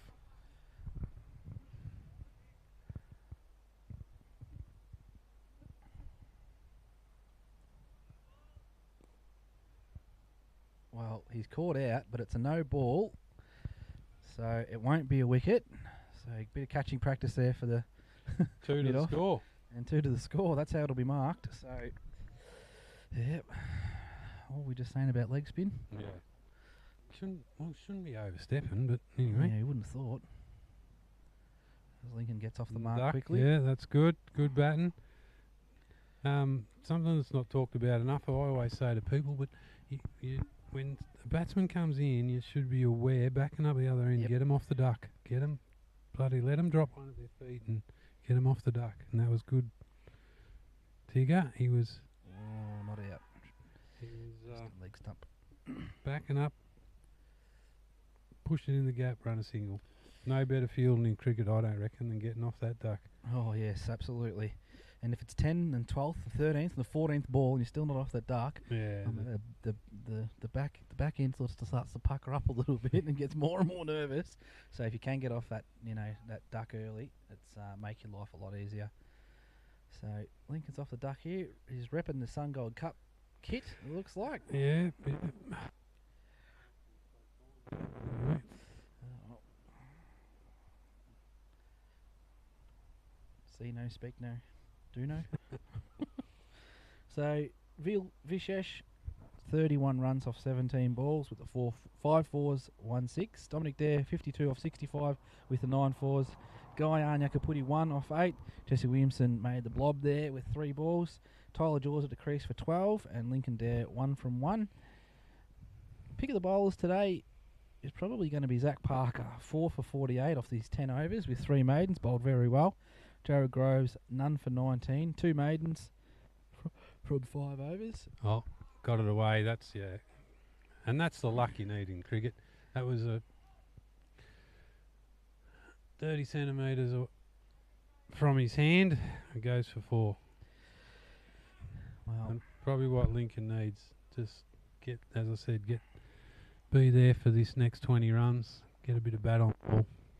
yeah, exactly right. He's absolutely got the talent and the abundance to do such things. Yeah. As we see a left-handed batsman go around. What is it? I always get it wrong. I say the umpire. I'm bowling from this side. Bowling So around. probably accentuate that angle that we spoke about. So I don't know if I do or don't like this, but you can basically guarantee LBW's out of the question Well, you'd think so. He's bowling around the wicket to left-handed batsmen. So as a left-hander. So Yeah. yeah. Who got Tim McKay, 3 overs for 19, 0 wickets. Matt McKay, 2 overs for 16, no wickets. And Jensen Monahan, who's just started, 4 runs from 3 balls. Be close to a wide. Bruce Boyd umpiring here today. So,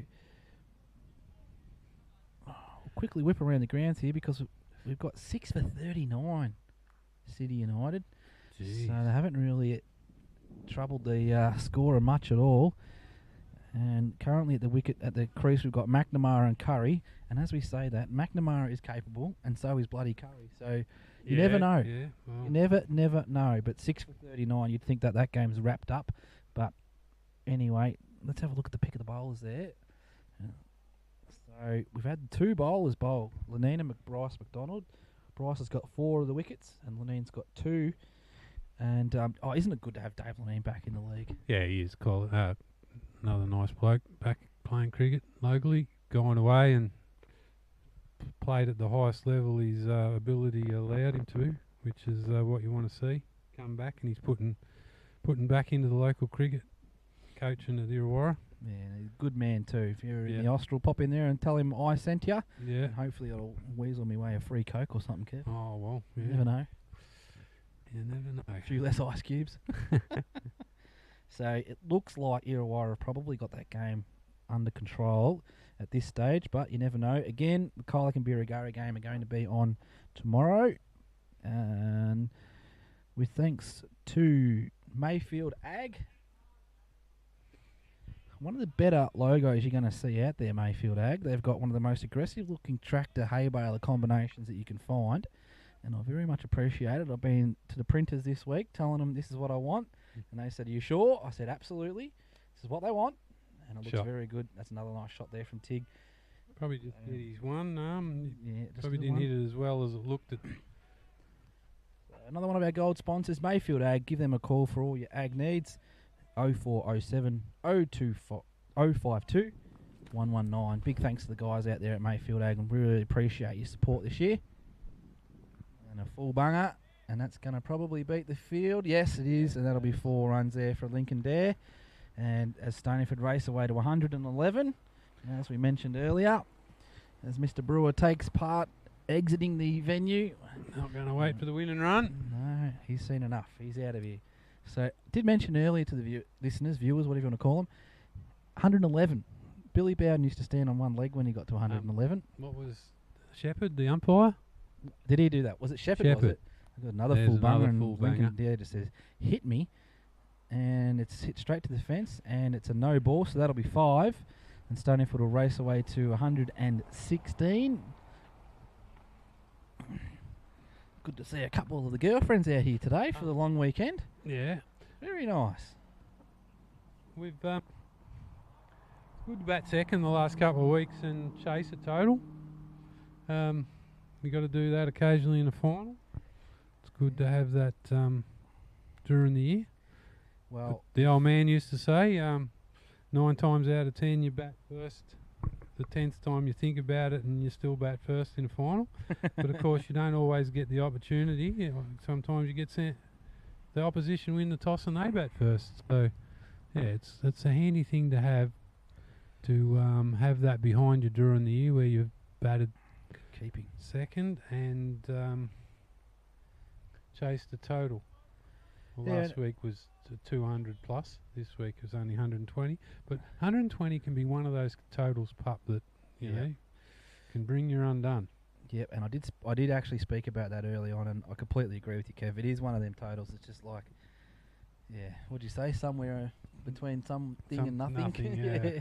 So yeah, it is. It can be one of them totals. I mean, we did see a bit of a momentum shift, probably through the 5th to 12th over. Yep.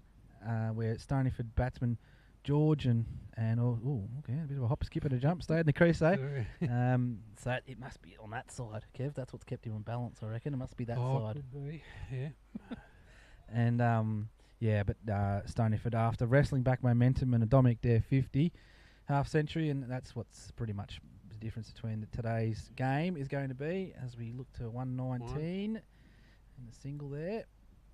That'll be the end of the over. Matthew McKay snatching his hat off, not happy with himself on that one. No, a couple of full tosses there to Lincoln, and that's just let himself unfortunate. But So and Lincoln good enough to put him away. Stoneyford just requiring the 2 runs, so we'll probably see an end of the over at the end end of the match in this over, I would assume. So thank you very much, Kev, for joining no me today. worries, pup. Yeah. Very much appreciate it. I'll come back any time. No, you'll probably not when you listen to it, but anyway. Well, if there's anyone listening right now, Well, how true. you going? It'll be Elaine Menzies, that'll be about it, I reckon. Well, yeah. So, yeah, I appreciate you coming over and having a yarn. I know No, it's not the easiest thing to no do, so I worries. appreciate it. Thank you very Well, much. hopefully Tig here carries his bat and hits the win and runs, which he has. Yep, and that'll be 4 runs, and that'll be the 4, and that'll be the end of the game. Stoney win, the two Stoney, words we like to yeah, hear well, every that's week. right, yes. So, thanks Well again, done. Kev. Well done, pup. Appreciate our sponsors today. Yes. Today was brought to you by thank- Cali Civil. I'll quickly run through the scorecard. So Shane Quick, he's up there at Warrnambool, kicking back. He'll be there watching us tomorrow. Oh. One of our sponsors. beautiful. Yeah, Quickie? he's Quickie. Yeah, he's up at Warrnambool having a well-earned holiday. Oh, good man. Well, hopefully you can pop down to Allensford, no, he'll be there. He'll be Gallard there. Oval or something. He was whatever it there is. last week, Oh, good man. checking us out, giving us his support like he does. Yeah, good man. So let's quickly roll through this. So we've got Malhotra, sorry. I've been tipped off by Vish too. Not getting his name right. So 31 runs from 17 balls. Dominic Dare, the pick of the batsman today, 52 off 65. Yakapudi, 1 off 8. Williamson didn't trouble the scorers and is going to enjoy our nice roast duck dinner tonight. So off 3 balls. Tyler George, not out 18. Lincoln Dare, not out 14. The bowlers today for Alvie, pick of the bowlers was clearly Zach Parker with 4 for 48. Groves, McKay, and Monahan all got no wickets. Nothing really of note there. So the fall of wickets, we did see 45, 47, 47. So we did see a quick little fall of wickets there for a short period of time. And then Dominic Dare and Tyler George wrestled back the momentum. And, that was pretty much the end of the game once those two came to the crease. That was the end of it. So appreciate everyone listening today. Footage out there. Stay tuned tomorrow. Sun Gold Cup action in Warrnambool. Bus leaving McDonald's 9:30 tomorrow. Stoney supporters want to come up on the bus, so be there. Yeah. See you then. So there's only 2 rules. Thanks, pup. Listen to Kevin Well, and no light beer. I don't make the rules. I just enforce it. So I appreciate you listening today. Thanks very much. Thanks to our sponsors. We'll see you tomorrow. Take care. Hold on, mate.